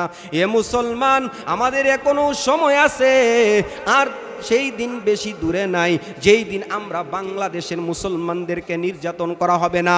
এখন আমাদের আজকের এই মাহফিল থেকে আমরা এই একটা অঙ্গীকার, এই একটা প্রতিজ্ঞা করি, আমরা গোটা পৃথিবীর মুসলমান আমরা একসাথে একভাবে দলবদ্ধভাবে কাফের মুশরিক বেঈমান নাস্তিক মুরতাদদের বিরুদ্ধে আমরা সবাই এক জাতীয়তার দিক থেকে বাঙালি হইতে পারি, আমরা ফিলিস্তিনি হইতে পারি, আমরা ভারতীয় মুসলমান হইতে পারি, কিন্তু ধর্মর দিক থেকে আমরা সারা পৃথিবীর মুসলমান। এক কথা বলেন ঠিক কিনা?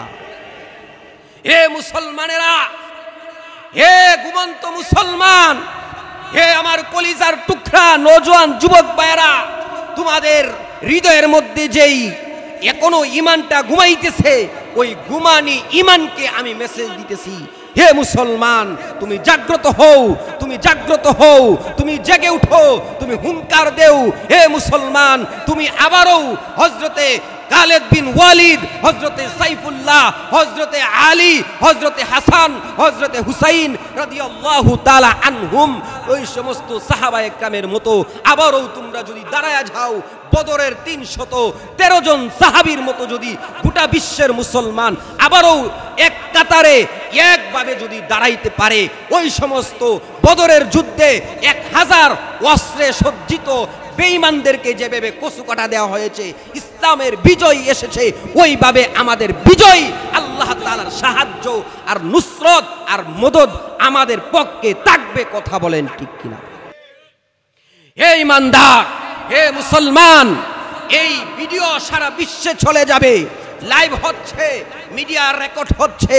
আমি আমার ধর্মপ্রাণ সকল স্তরের মুসলমানদেরকে বলবো, হে মুসলমান, হে আমার আওয়ামী লীগের ভাইয়েরা, আমার বিএনপির ভাইয়েরা, আমার অন্য অন্য জাতীয়বাদীর যত ধরনের দল আছেন, সকল দল বল নির্বিশেষে আমরা সবাই ইসলামের এক কাতারে, যেমন জমিনের মধ্যে সবাই একসাথে বসবাস করি, এই জমিন আমাদের জন্য আল্লাহ তাআলা ছাদ বানায়া দিয়েছেন। সুতরাং এই ছাদের মধ্যে এই জমিনকে বিছানা বানায়া দিয়েছেন, আকাশকে ছাদ হিসাবে আল্লাহ তাআলা নির্মাণ করে দিয়েছেন। এই জমিন, এই বিছানার মধ্যে দাঁড়াইয়া আমরা যেভাবে কাজ কাম করি, আর ওই ছাদের নিকট, ওই চাঁদের পাশে দাঁড়াইয়া আমরা যেভাবে চলি, এক কাতারে আমরা আমাদের সকল ধরনের সবগুলা ভেদাভেদ ভুলে গিয়া আমরা এক, আল্লাহ তাআলা যেমন এক, আমাদের পয়গম্বর যেমন এক, আল্লাহ তাআলা প্রদত্ত কোরআন যেমন আমাদেরকে আল্লাহ তাআলা একটা দান করেছেন, ওই এক ইসলামের ছায়াতলে এক যদি আমরা সকলেই হতে পারি, আল্লাহ প্রদত্ত ইসলামের বিজয় সাহাবায়ে কেরামের মাধ্যমে যেইভাবে আসছে, সেই দিন বেশি দূর নয়, আমরা যদি আবারও এক হইতে পারি বদরের সাহাবায়ে কেরামের মতো, অবশ্যই আমাদের পক্ষে বিজয় আসবে। কথা বলেন ঠিক কিনা?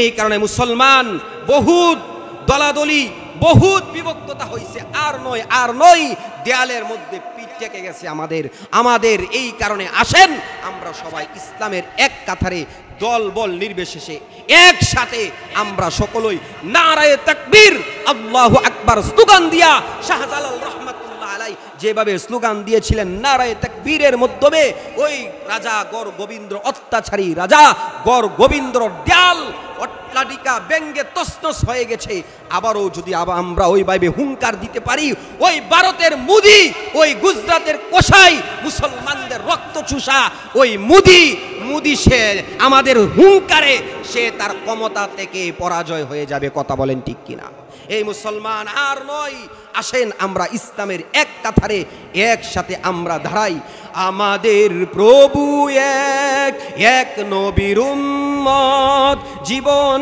বিধানে ওই শিবানী কুরআন আমাদের প্রভু এক নবীর উম্মত জীবন বিধানে ওই শিবানী কুরআন তবে কেন এক নও হে মুসলমান এক হও করিয়া আহ্বান তবে কেন এক নও হে মুসলমান এক হও করিয়া আহ্বান বাইতুল্লাহ এক মদিনা শরীফ এক উহুদ পাহাড় এক বদরের মাঠে কথা বলেন ঠিক কিনা বাইতুল্লাহ এক মদিনা শরীফ এক উহুদ পাহাড় এক বদরের মাঠ এক একটা তো জীবনার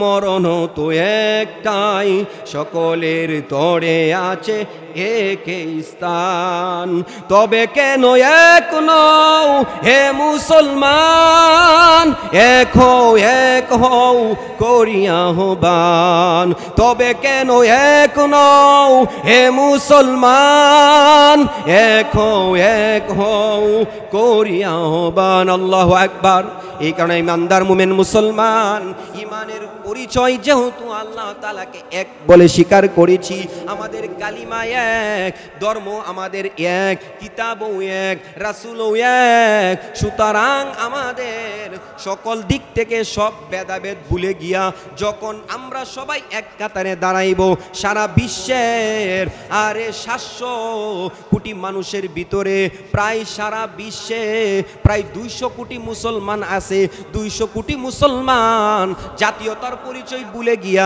ধর্মীয় পরিচয় দৃষ্টিকোণ থেকে সকলে যদি একজন আরেকজনের পাশে দাঁড়াইতে পারি আল্লাহ রাব্বুল আলামিন প্রদত্ত নাজ নিয়ামত এবং নুসরত আর মদদ দিয়া আল্লাহ তাআলা ইসলামকে বিজয় দিবেন আল্লাহুম্মা আইজিল ইসলাম ওয়াল মুসলিমিন ইসলাম এবং মুসলমানদেরকে সম্মানিত করে দিবেন কথা বলেন ঠিক কিনা এই কারণে ইমানদার মুমিন মুসলমানেরা আসেন আমাদের চেতনা আমাদের ঈমানি জজবাগুলো আমরা জাগ্রত করি এই কারণে আমরা দেখেছি কয়েকদিন আগে আমাদের এই বাংলাদেশ 16-17 বছর শাসন করেছিল ফেসিবাদ সরকার ওই ফেসিবাদ সরকার থেকেই এই দেশকে আমরা স্বাধীন করেছি জুলাইয়ের বিপ্লবের মাধ্যমে কিন্তু নতুন করে আরো ষড়যন্ত্র চলতেছে কয়েকদিন আগেও দেখেছি আমরা নারী সংস্কারক কমিটির মাধ্যমে নারী পুরুষ সমান অধিকার বাংলাদেশে আনুমানিক 1996 তাসলিমা নাসরিন ওই বেশ্যা মহিলা বলেছিল যে স্লোগানটা দিয়েছিল সর্বপ্রথম যে নারী পুরুষ সমান অধিকার উলামায়ে হক্কানি রব্বানি উলামায়ে একরাম যখন নারায়ে তাকবীর আল্লাহু আকবারের স্লোগান দিয়েছিল উলামায়ে একরামের নেতৃত্বে দল বল নির্বিশেষে বাংলাদেশের সকল তাওহীদি জনতা একত্রিত হইয়া ওই তাসলিমা নাসরিনের বিরুদ্ধে যখন তাকবীর উঠাইলো তাসলিমা নাসরিন বুরকার বিরুদ্ধে কথা বলেছে পর্দার বিরুদ্ধে কথা বলেছে কুরআনের বিরুদ্ধে কথা বলেছে অথচ দেখা যায় রাত্রি বেলায় ওই কালো বুকরা পরিধান কইরাই আমাদের এই বাংলাদেশ থেকে মুসলমানের স্লোগানে সে পালাইতে বাধ্য হয়েছে কথা বলেন ঠিক কিনা হে ইমানদার মুমিন মুসলমান এই কারণে আসেন আমাদের দলবল নির্বিশেষে আমরা ইসলামের পক্ষে ইসলামের জন্য কাজ করি কুরআনের জন্য কাজ করি আমার সকল ধরনের রাজনৈতিক দলের সকল ভাইদেরকে বলবো, আমরা দেখেছি 53 বছরের ইতিহাসে এই বাংলাদেশ কেউ শান্তি দিতে পারে নাই, কোনো জনগণ শান্তি পায় নাই। কথা বলেন ঠিক কিনা? যেই জাতি গিয়েছে, যারাই গিয়েছে, প্রত্যেকে নিজের স্বার্থ উদ্ধার করেছে, মানুষের রক্ত চুইসা খাইছে। কথা বলেন ঠিক কিনা? এই কারণে আসেন, কোরআন দিয়া যদি আমরা দেশ পরিচালনা করতে পারি, কোরআনের ভিতরে আমাদের যে গাইডলাইন আল্লাহ তাআলা দিয়েছেন, কোরআনের সিলেবাস, এই কোরআন এর বিধান মোতাবিক যদি আমরা চলতে পারি, চালাইতে পারি, আমার ব্যক্তিগত জীবন থেকে আমার আন্তর্জাতিক জীবন পর্যন্ত আল্লাহ রাব্বুল আলামিন শান্তি আর নিয়ামত দিয়া ভরপুর করে দিবেন। বলেন সুবহানাল্লাহ।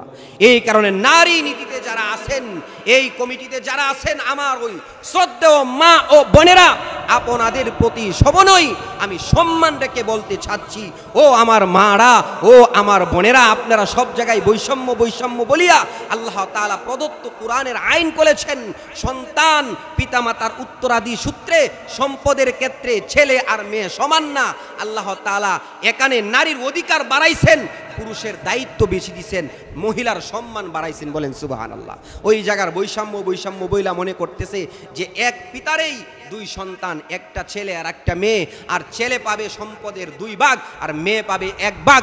এই দিক থেকে তো কোরআনের মধ্যে সন্তানদেরকে ঠকানো হয়েছে। বলেন না নাউজুবিল্লাহ। হে আমার মুসলমানেরা, আল্লাহ তাআলা আমাদেরকে যে নিয়ামত দিয়েছেন, ওই নিয়ামতগুলা, ওই বিধানগুলো আমরা পালন করতে হবে। আপনারা ওই সমস্ত কোরআনের আইন, কোরআনের আয়াত না পাল্টায়া আসেন। আমার প্রতিদিন আমার মায়ের ইজ্জত, আমার মায়ের ইজ্জত, আমার মায়ের সম্মান নষ্ট করা হচ্ছে, মা বোনদেরকে দর্শন করা হচ্ছে। দর্শনের এখন পর্যন্ত কোনো শাস্তি, এখন পর্যন্ত সর্বোচ্চ শাস্তি মৃত্যুদণ্ডের কোনো আইন কেন এখনো করা হয় না। কথা বলেন। মুসলমান দেখেছি ক্ষমতার বাহাদুরে, টাকার বাহাদুরে আমার মা বোনদের ইজ্জত সম্মান নষ্ট করে, এরপরে তারা ওই দর্শকরা জেলখানায় যায় রাতের আধারে মোটা অঙ্কের টাকা দিয়া, এরপরে আবার তাদের পক্ষে বিচার নিয়ে আবার সে জেল থেকে চলে আসে, আবারও 2-4টা মহিলার ইজ্জত আবারও সে নষ্ট করে। কথা বলেন, এরকম ঘটনা বাংলাদেশে কম হইতেছে না বেশি হইতেছে? প্রিয় হাজিরিন, আগে এক দল ছিল, ওই দলের যারাই দর্শন করছে খুঁজে খুঁজে দেখছে অমুক দলের অমুক নেতা অমুক অমুক অমুক ছিল। এগুলা মিডিয়ার মধ্যে আপনারা প্রতিনিয়ত প্রতিদিন দেখতেছে, আমি বানায় কথা বলতেছি না। প্রিয় হাজিরিন, এখনো এইভাবে দর্শন চলতেছে। এই কারণে যেই জায়গায় দর্শন হয়, যেই জায়গায় ইফতিজিন হয়, যেই জায়গায় মানুষের আইন, মানুষের নিরাপত্তা নাই, ওই জায়গায় আপনি নিরাপত্তার আইন করেন, দর্শন যাতে না হয়, ইফতিজিং যাতে না হয়, আমার মা বোনেরা যাতে ওয়াগাতে রাস্তা বাদাই রাস্তাঘাটে নিরাপত্তার সাথে চলতে পারে, সুন্দরভাবে চলতে পারে, ওইভাবে নিরাপত্তার আইন করেন। নিরাপত্তার আইন না করিয়া মা বোনদের ইজ্জত সম্মান এইগুলা নিরাপত্তা না দিয়া মা বোনদের এখন সমান অধিকারের আইন, কোরআনের আয়াত পাল্টানোর জন্য আপনারা উঠা পড়ে লেগেছেন। আমি বলবো নিঃসন্দেহে আপনাদের এখনো সঠিক জ্ঞান বুদ্ধি জাগ্রত হয় নাই। এই কারণে আমি সবিনয়ভাবে বলতে চাচ্ছি, যারা আছেন ডক্টর ইউনূস সাহেবের সাথে যারা মিটিং করেছেন, আবেদন করেছেন, নারী নীতিমালার ব্যাপারে যারা প্রস্তাবনা দিয়েছেন, প্রিয় মারা, প্রিয় বোনেরা, আপনারা এখনো আপনাদের জ্ঞানগুলা একটু গভীরভাবে চিন্তা করে দেখেন। আল্লাহ প্রদত্ত আপনাদেরকে যে ইজ্জত, যেই সম্মান দিয়েছে, কয়েকদিন আগে আপনারা অনেকে ভিডিও ভাইরাল হয়েছে দেখেছেন, একজন মা, একজন বোন, সে বাসের মধ্যে উঠতেছে, আর উঠার সময় মার গায়ের মধ্যে ওড়না নাই, আর এইভাবে পুরুষ আমরা যেভাবে চলি এভাবে চলতেছে। বাসের কন্ট্রাক্টর হেল্পার ভাই বলতেছে, না আমি আপনাকে আমার বাসের মধ্যে ঢুকতে দিব না, কারণ এই বাসের মধ্যে এমন এমন মানুষ আছে যারা সম্মানী, যারা দামি, যাদের জ্ঞান গরিমা আছে, আপনার মতো অর্ধ উলঙ্গ নারীকে আমি আমার বাসের মধ্যে দিতে পারি না। সে বলতেছে সমান অধিকার, পুরুষে এখানে চলবে, আমিও চলবো। এরপরে বাসের ওই কন্ট্রাক্টর ভাই তার পরনে যে জামাটা ছিল, সেই জামাটা, তার লুঙ্গিটা ছিঁড়ে ফেলছে। এরপরে দেখাইছেন, এই যে আমি ছিঁড়ে ফেললাম, আমি পুরুষ চিনলাম, তুমি তোমার মহিলা, তুমি যে সমান অধিকার বলো, তোমার সমান অধিকার স্লোগান আমি মানলাম, আমার মতো করে তোমার জামাটা ছিঁড়ে দেখাও। বলেন নাউজুবিল্লাহ। ওই কন্ট্রাক্টর ভাই বলতেছে, আমরা মারা বোনরা আপনাদের ইজ্জত সম্মান আল্লাহ বাড়ায় দিছেন, আল্লাহর হাবিব বাড়ায় দিছেন, আমরাও আপনাদের ইজ্জত সম্মান বাড়াইছি, সুতরাং সমান অধিকার বলিয়া আপনাদের ইজ্জত সম্মান কমাইবে না। কথা বলেন ঠিক কিনা? হে আমার মুসলমান ভাইরা, হে আমার কলিজার টুকরা যুবক বন্ধুগণ, আসেন এই কারণে আগামীর বাংলাদেশ কোরআনের বাংলাদেশ চাই, ইসলাম ইসলামের বাংলাদেশ চাই, আল্লাহ এবং তার রাসূলের বিধান মোতাবেক প্রত্যেকটা বিচার, প্রত্যেকটা সমাধান চাই। কথা বলেন ঠিক কিনা? কে কে আমরা আছি আগামীর বাংলাদেশ কোরআনের বাংলাদেশ হবে? দুই হাত উত্তোলন করে দেখাই। নারায়ে। প্রিয় হাজিরিন, এই কারণে আসেন আমার মারা বোনেরা, কোরআন একমাত্র শান্তির গাইডলাইন। কোরআন একমাত্র এমন কিতাব যেই কিতাবের ভিতরে সকলের অধিকার রয়েছে, হক রয়েছে। বর্তমানে আফগানিস্তানের মুসলমানদের দিকে আমরা তাকায় দেখি, কোরআন দিয়া দেশ চলতেছে, শান্তিতে আল্লাহ তাআলা ভরপুর করে দিছে। বলেন না সুবহানাল্লাহ। আমাদের এই দেশের উপরে আল্লাহর ওলিদের 360 আউলিয়ার এই বাংলাদেশ, এই বাংলাদেশে আল্লাহর সাহায্য আছে, আল্লাহ তাআলার রহমত আছে। এই আল্লাহ তাআলার রহমত আর বরকতে বড়াই বাংলাদেশ মুসলমানদের দেশ, আমলের দেশ। কোরআন মোতাবেক যদি চলতে পারি, অবশ্যই আল্লাহ তাআলা যেভাবে অন্য অন্য রাষ্ট্রে শান্তি দিয়েছেন, আল্লাহ তাআলা যেরকম অর্থনৈতিক দিক থেকে সবল বানাইছেন, আমাদের বাংলাদেশ রাষ্ট্রীয় দিক থেকে আমাদের এই বাংলাদেশ তখন আর দারিদ্র রাষ্ট্র থাকবে না, তখন সবল রাষ্ট্র, বিত্তমানশীল রাষ্ট্রতে আল্লাহ তাআলা রূপান্তরিত করে দিবেন। বলেন না সুবহানাল্লাহ। এই কারণে প্রিয় হাজিরিন, আসেন আমার বন্ধুগণ, এই কারণে আমরা সকলেই ইসলামের জন্য কাজ করি, নিজের ঈমান আমলকে সঠিক বানাই, আমার পিতা মাতার হকগুলো আদায় করি। এই কারণে মা বোনেরা, আপনাদের অবস্থাও তেমন ভালো না। বর্তমানে আগের জমানায় রাবিয়া বসরিরা যেভাবে চলাচল করেছেন, আপনারাও কিন্তু বর্তমানে ওইভাবে চলতেছেন না। আপনারা এমন এমন পোশাক, আটোসাটো পোশাক, বেপরদা অবস্থায় আপনারা চলাচল করেন, যেই কারণে যুবকরা তাদের নজরকে কন্ট্রোলে রাখতে পারে না। যখন একজন মানুষ তেঁতুল খায়, যখন একটা বাচ্চার সামনে আরেকটা বাচ্চা মজা খায়, তখন দেখবেন বাচ্চাটা মজা খাওয়ার জন্য কান্দাকাটি করে। কথা বলেন ঠিক কিনা? যখন আইসক্রিমের বাক্সওয়ালা যখন বাড়ি দেয়, তখন আমি দেখলাম আমার বাচ্চাটা আইসক্রিমওয়ালা যখন টাস করে বাড়ি দেয়, মানে দিশেহারা হয়ে যায়, মানে কতকে সে আইসক্রিম কিনবো। প্রিয় হাজিরিন, এই কারণে একটা বাচ্চা যখন দেখে আরেকটা বাচ্চা মজা খায়, তখন সে অনায়াসে কাঁদতে থাকে, টাকা চাই মজা খাওয়ার জন্য। কথা বলেন প্রিয় হাজিরিন, এই কারণে আমার মারা বোনেরা, আপনাদের সতীত্ব, আপনার নিজ দায়িত্বে সতীত্ব, আপনার ইজ্জত সম্মান আবরু আপনি ডাকতে হবে। এই কারণে আপনার সম্মান আপনি ঠিক রাখেন, আল্লাহ তাআলা আপনাকে ইজ্জত সম্মান দিবেন, আমরাও আপনাদেরকে ইজ্জত সম্মান দিব। কথা বলেন ঠিক কিনা? শহরে বাজারে দেখো নারীদের দল, পর্দাবিহীন তারা করে জলমল, অন্যকে তার দিকে আশেক বানাই, দেশটা আজ ধ্বংস নারীর বেপরদাই, সবার মুখে কি আওয়াজ হাই হাই হাই। ইবলিসে আজম বাংলাদেশে আগমন হয়েছে নারীর বেশে, পার্কে বসিয়া ওরা মেলা মিলাই, পার্কে বসিয়া ওরা মেলা মিলাই, দেশটা আজ ধ্বংস নারীর বেপরদাই, সবার মুখে কে আওয়াজ হাই হাই হাই। কথা বলেন ঠিক কিনা? এই কারণে প্রিয় হাজিরিন, আমরা ওই মা নারীদেরকে বলবো, সম্মান দিয়া, অনুগ্রহ দিয়া। নারী জাতি এমন জাতি ছিল যাদেরকে ইসলামের আগে কোনো সম্মান ছিল না। নারীদের যখন মাসিক সমস্যা হয়েছে, আরে যখন অসুস্থ হয়েছে, তখন ওই আমার মা বোনদেরকে ওই ইসলামের আগের আইয়ামে জাহিলিয়াতের যুগের লোকগুলা নারীদেরকে বিছানার মধ্যে স্থান দেয় নাই, ঘরের মধ্যে স্থান দেয় নাই, বরং উটের গোয়াল ঘরে নারীদেরকে তাড়ায় দিছে। বলেন নাউজুবিল্লাহ।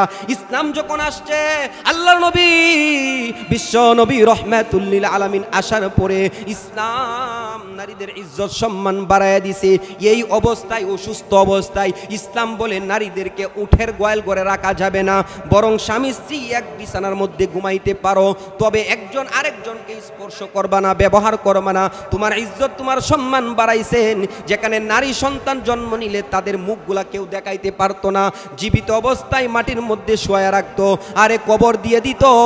ওই জায়গায় মুহাম্মাদুর রাসূলুল্লাহ সাল্লাল্লাহু আলাইহি সাল্লাম আল্লাহর পক্ষ থেকে কোরআন নিয়ে আসার পরে, কোরআনের মাধ্যমে নারীদের ওই আইয়ামে জাহিলিয়াতের যুগের নারীদের খারাপ আচরণগুলা বন্ধ কইরা তাদের ইজ্জত সম্মান সম্মান মর্যাদা আল্লাহ তাআলা রাসূল বাড়ায়া দিয়েছেন। বলেন সুবহানাল্লাহ। এই কারণে আসেন আমার মারা, আমার বোনেরা, আপনারা শহরে যাবেন, আপনারা বাজারে যাবেন, তবে আপনি যেখানেই যান আপনার সতীত্বর হেফাজত আপনি করতে হবে। আপনি বুকরার মাধ্যমে, পর্দার মাধ্যমে আপনার নিজের চাল চলনগুলা সুন্দরভাবে যাতে কোনো পুরুষের নজরে না আসে, আপনার ইফতিজিনের এবং দর্শনের শিকার যাতে না হন। মা বোন, আপনার একটু ভুলের কারণে আপনার নিজের জীবনের ইজ্জত চলে গেলে, আপনি দর্শনের শিকার হয়ে গেলে আর কোটি টাকা দিয়েও আর পাবেন না। কথা বলেন ঠিক কিনা? প্রিয় হাজিরিন, এই কারণে আসেন আমার মাস্টার, আমার ভাই সাইদ ভাইয়ের আজকের এই মাহফিলের মাধ্যমে আপনাদেরকে এই যে কথাগুলা বললাম, আল্লাহ রাব্বুল আলামিন আমাকে সহ আমাদের সবাইকে এই কথাগুলা সহিভাবে বুঝা এবং আমল করার তৌফিক দান করুন।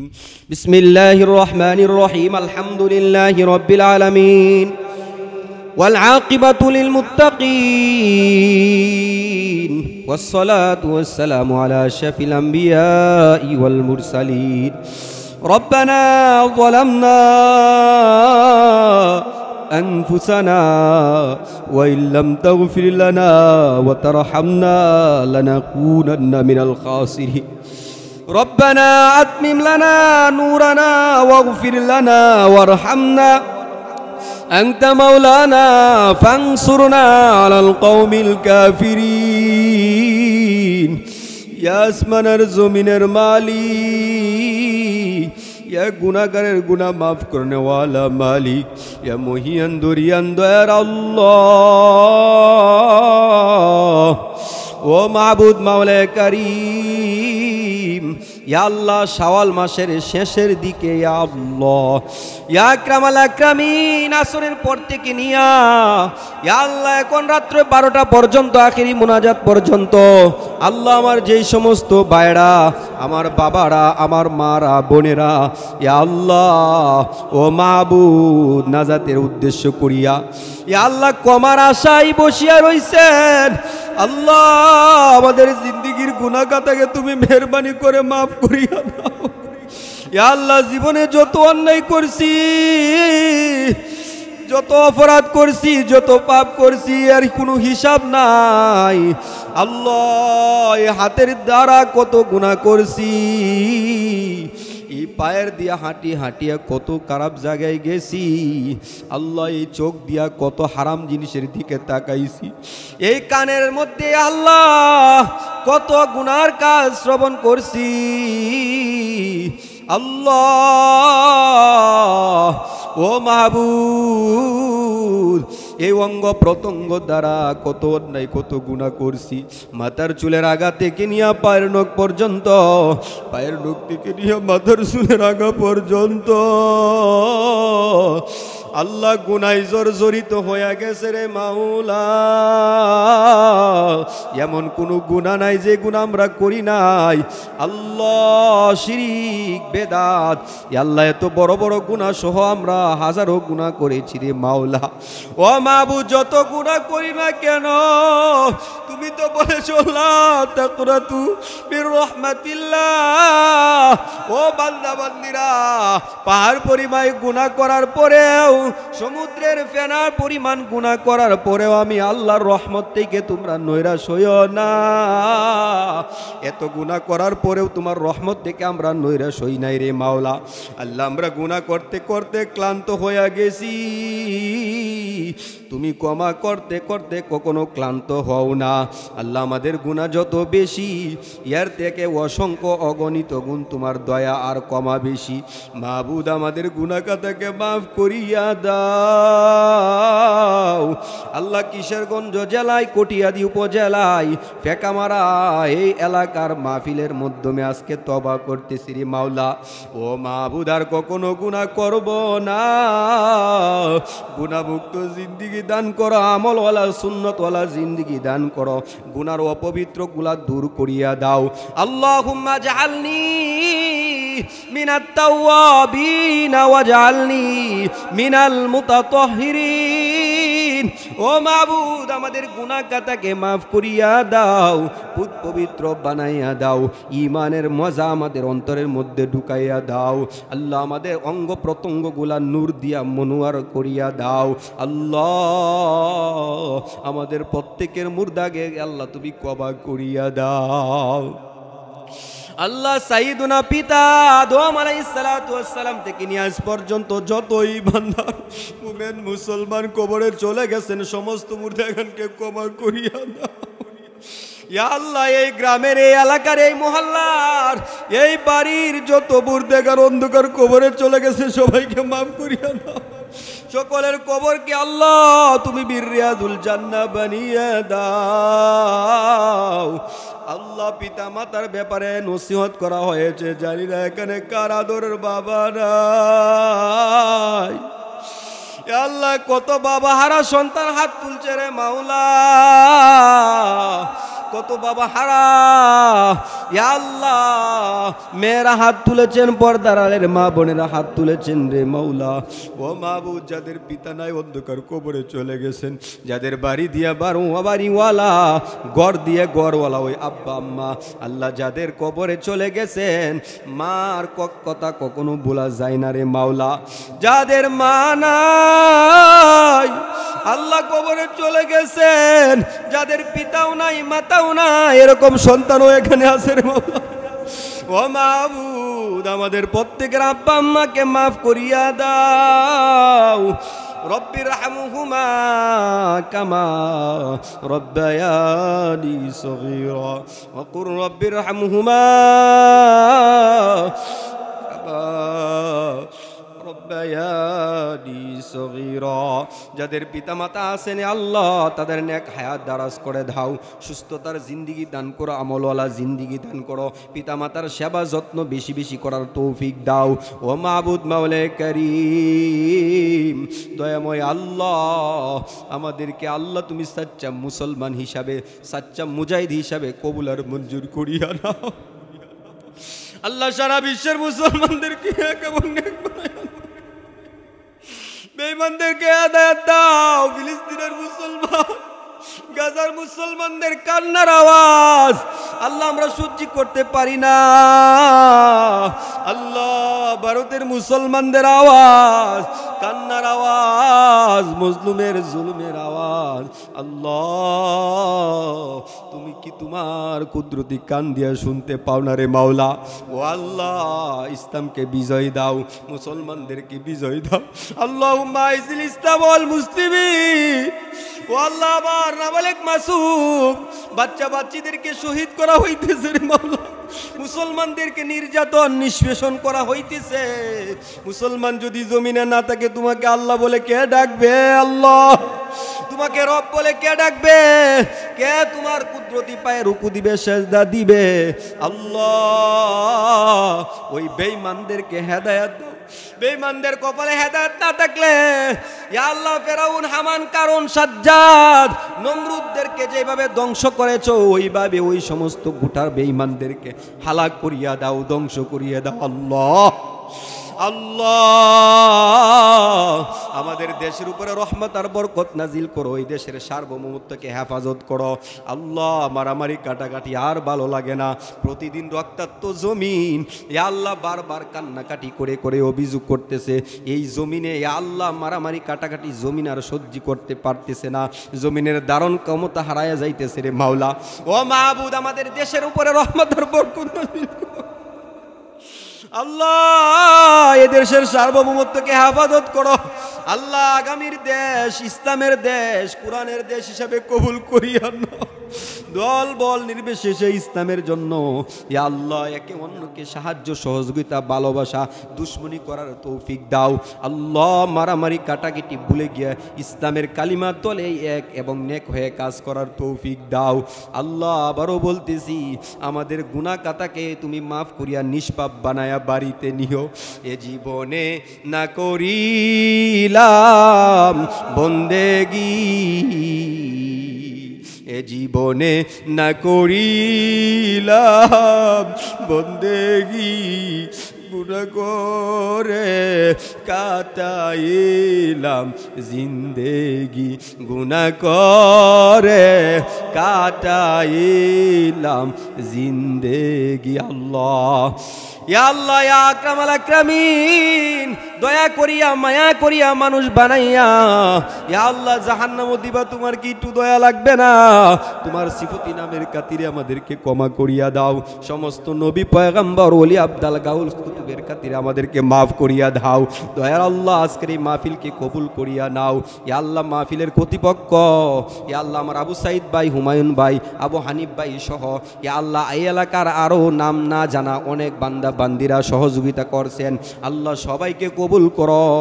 আমার মিডিয়ার ভাই, আল্লাহ আমার সফর সাথী রতন ভাই, আল্লাহ আমার মাইকলা ভাই, আল্লাহ যে যেইভাবে সহযোগিতা করেছেন সবাইকে কবুল করিয়া নাও। আল্লাহ আমাদের তরফ থেকে লাখো কোটি দুরুদ ও সালাতু সালাম সোনার মদিনায় পৌঁছায়া দাও। ইয়া আল্লাহ গত বছর এই স্থানে হজের আলোচনা করেছিলাম, ইয়া আল্লাহ হজের মাস চলতেছে, মৌসুম চলতেছে, আমাদেরকে হজ করার তৌফিক দাও, উমরা করার তৌফিক দাও। যারা হজ করছেন উমরা করছেন বারবার করার তৌফিক দাও। আল্লাহ সর্বোপরি আল্লাহ তোমার কাছে কেমনে চাইলে তুমি কবুল করো এই জ্ঞানটাও আমাদের নাই, কেমনে আল্লাহ আবেদন করলে তুমি আবেদন মঞ্জুর করো এইটুকু জ্ঞান আমাদের নাই।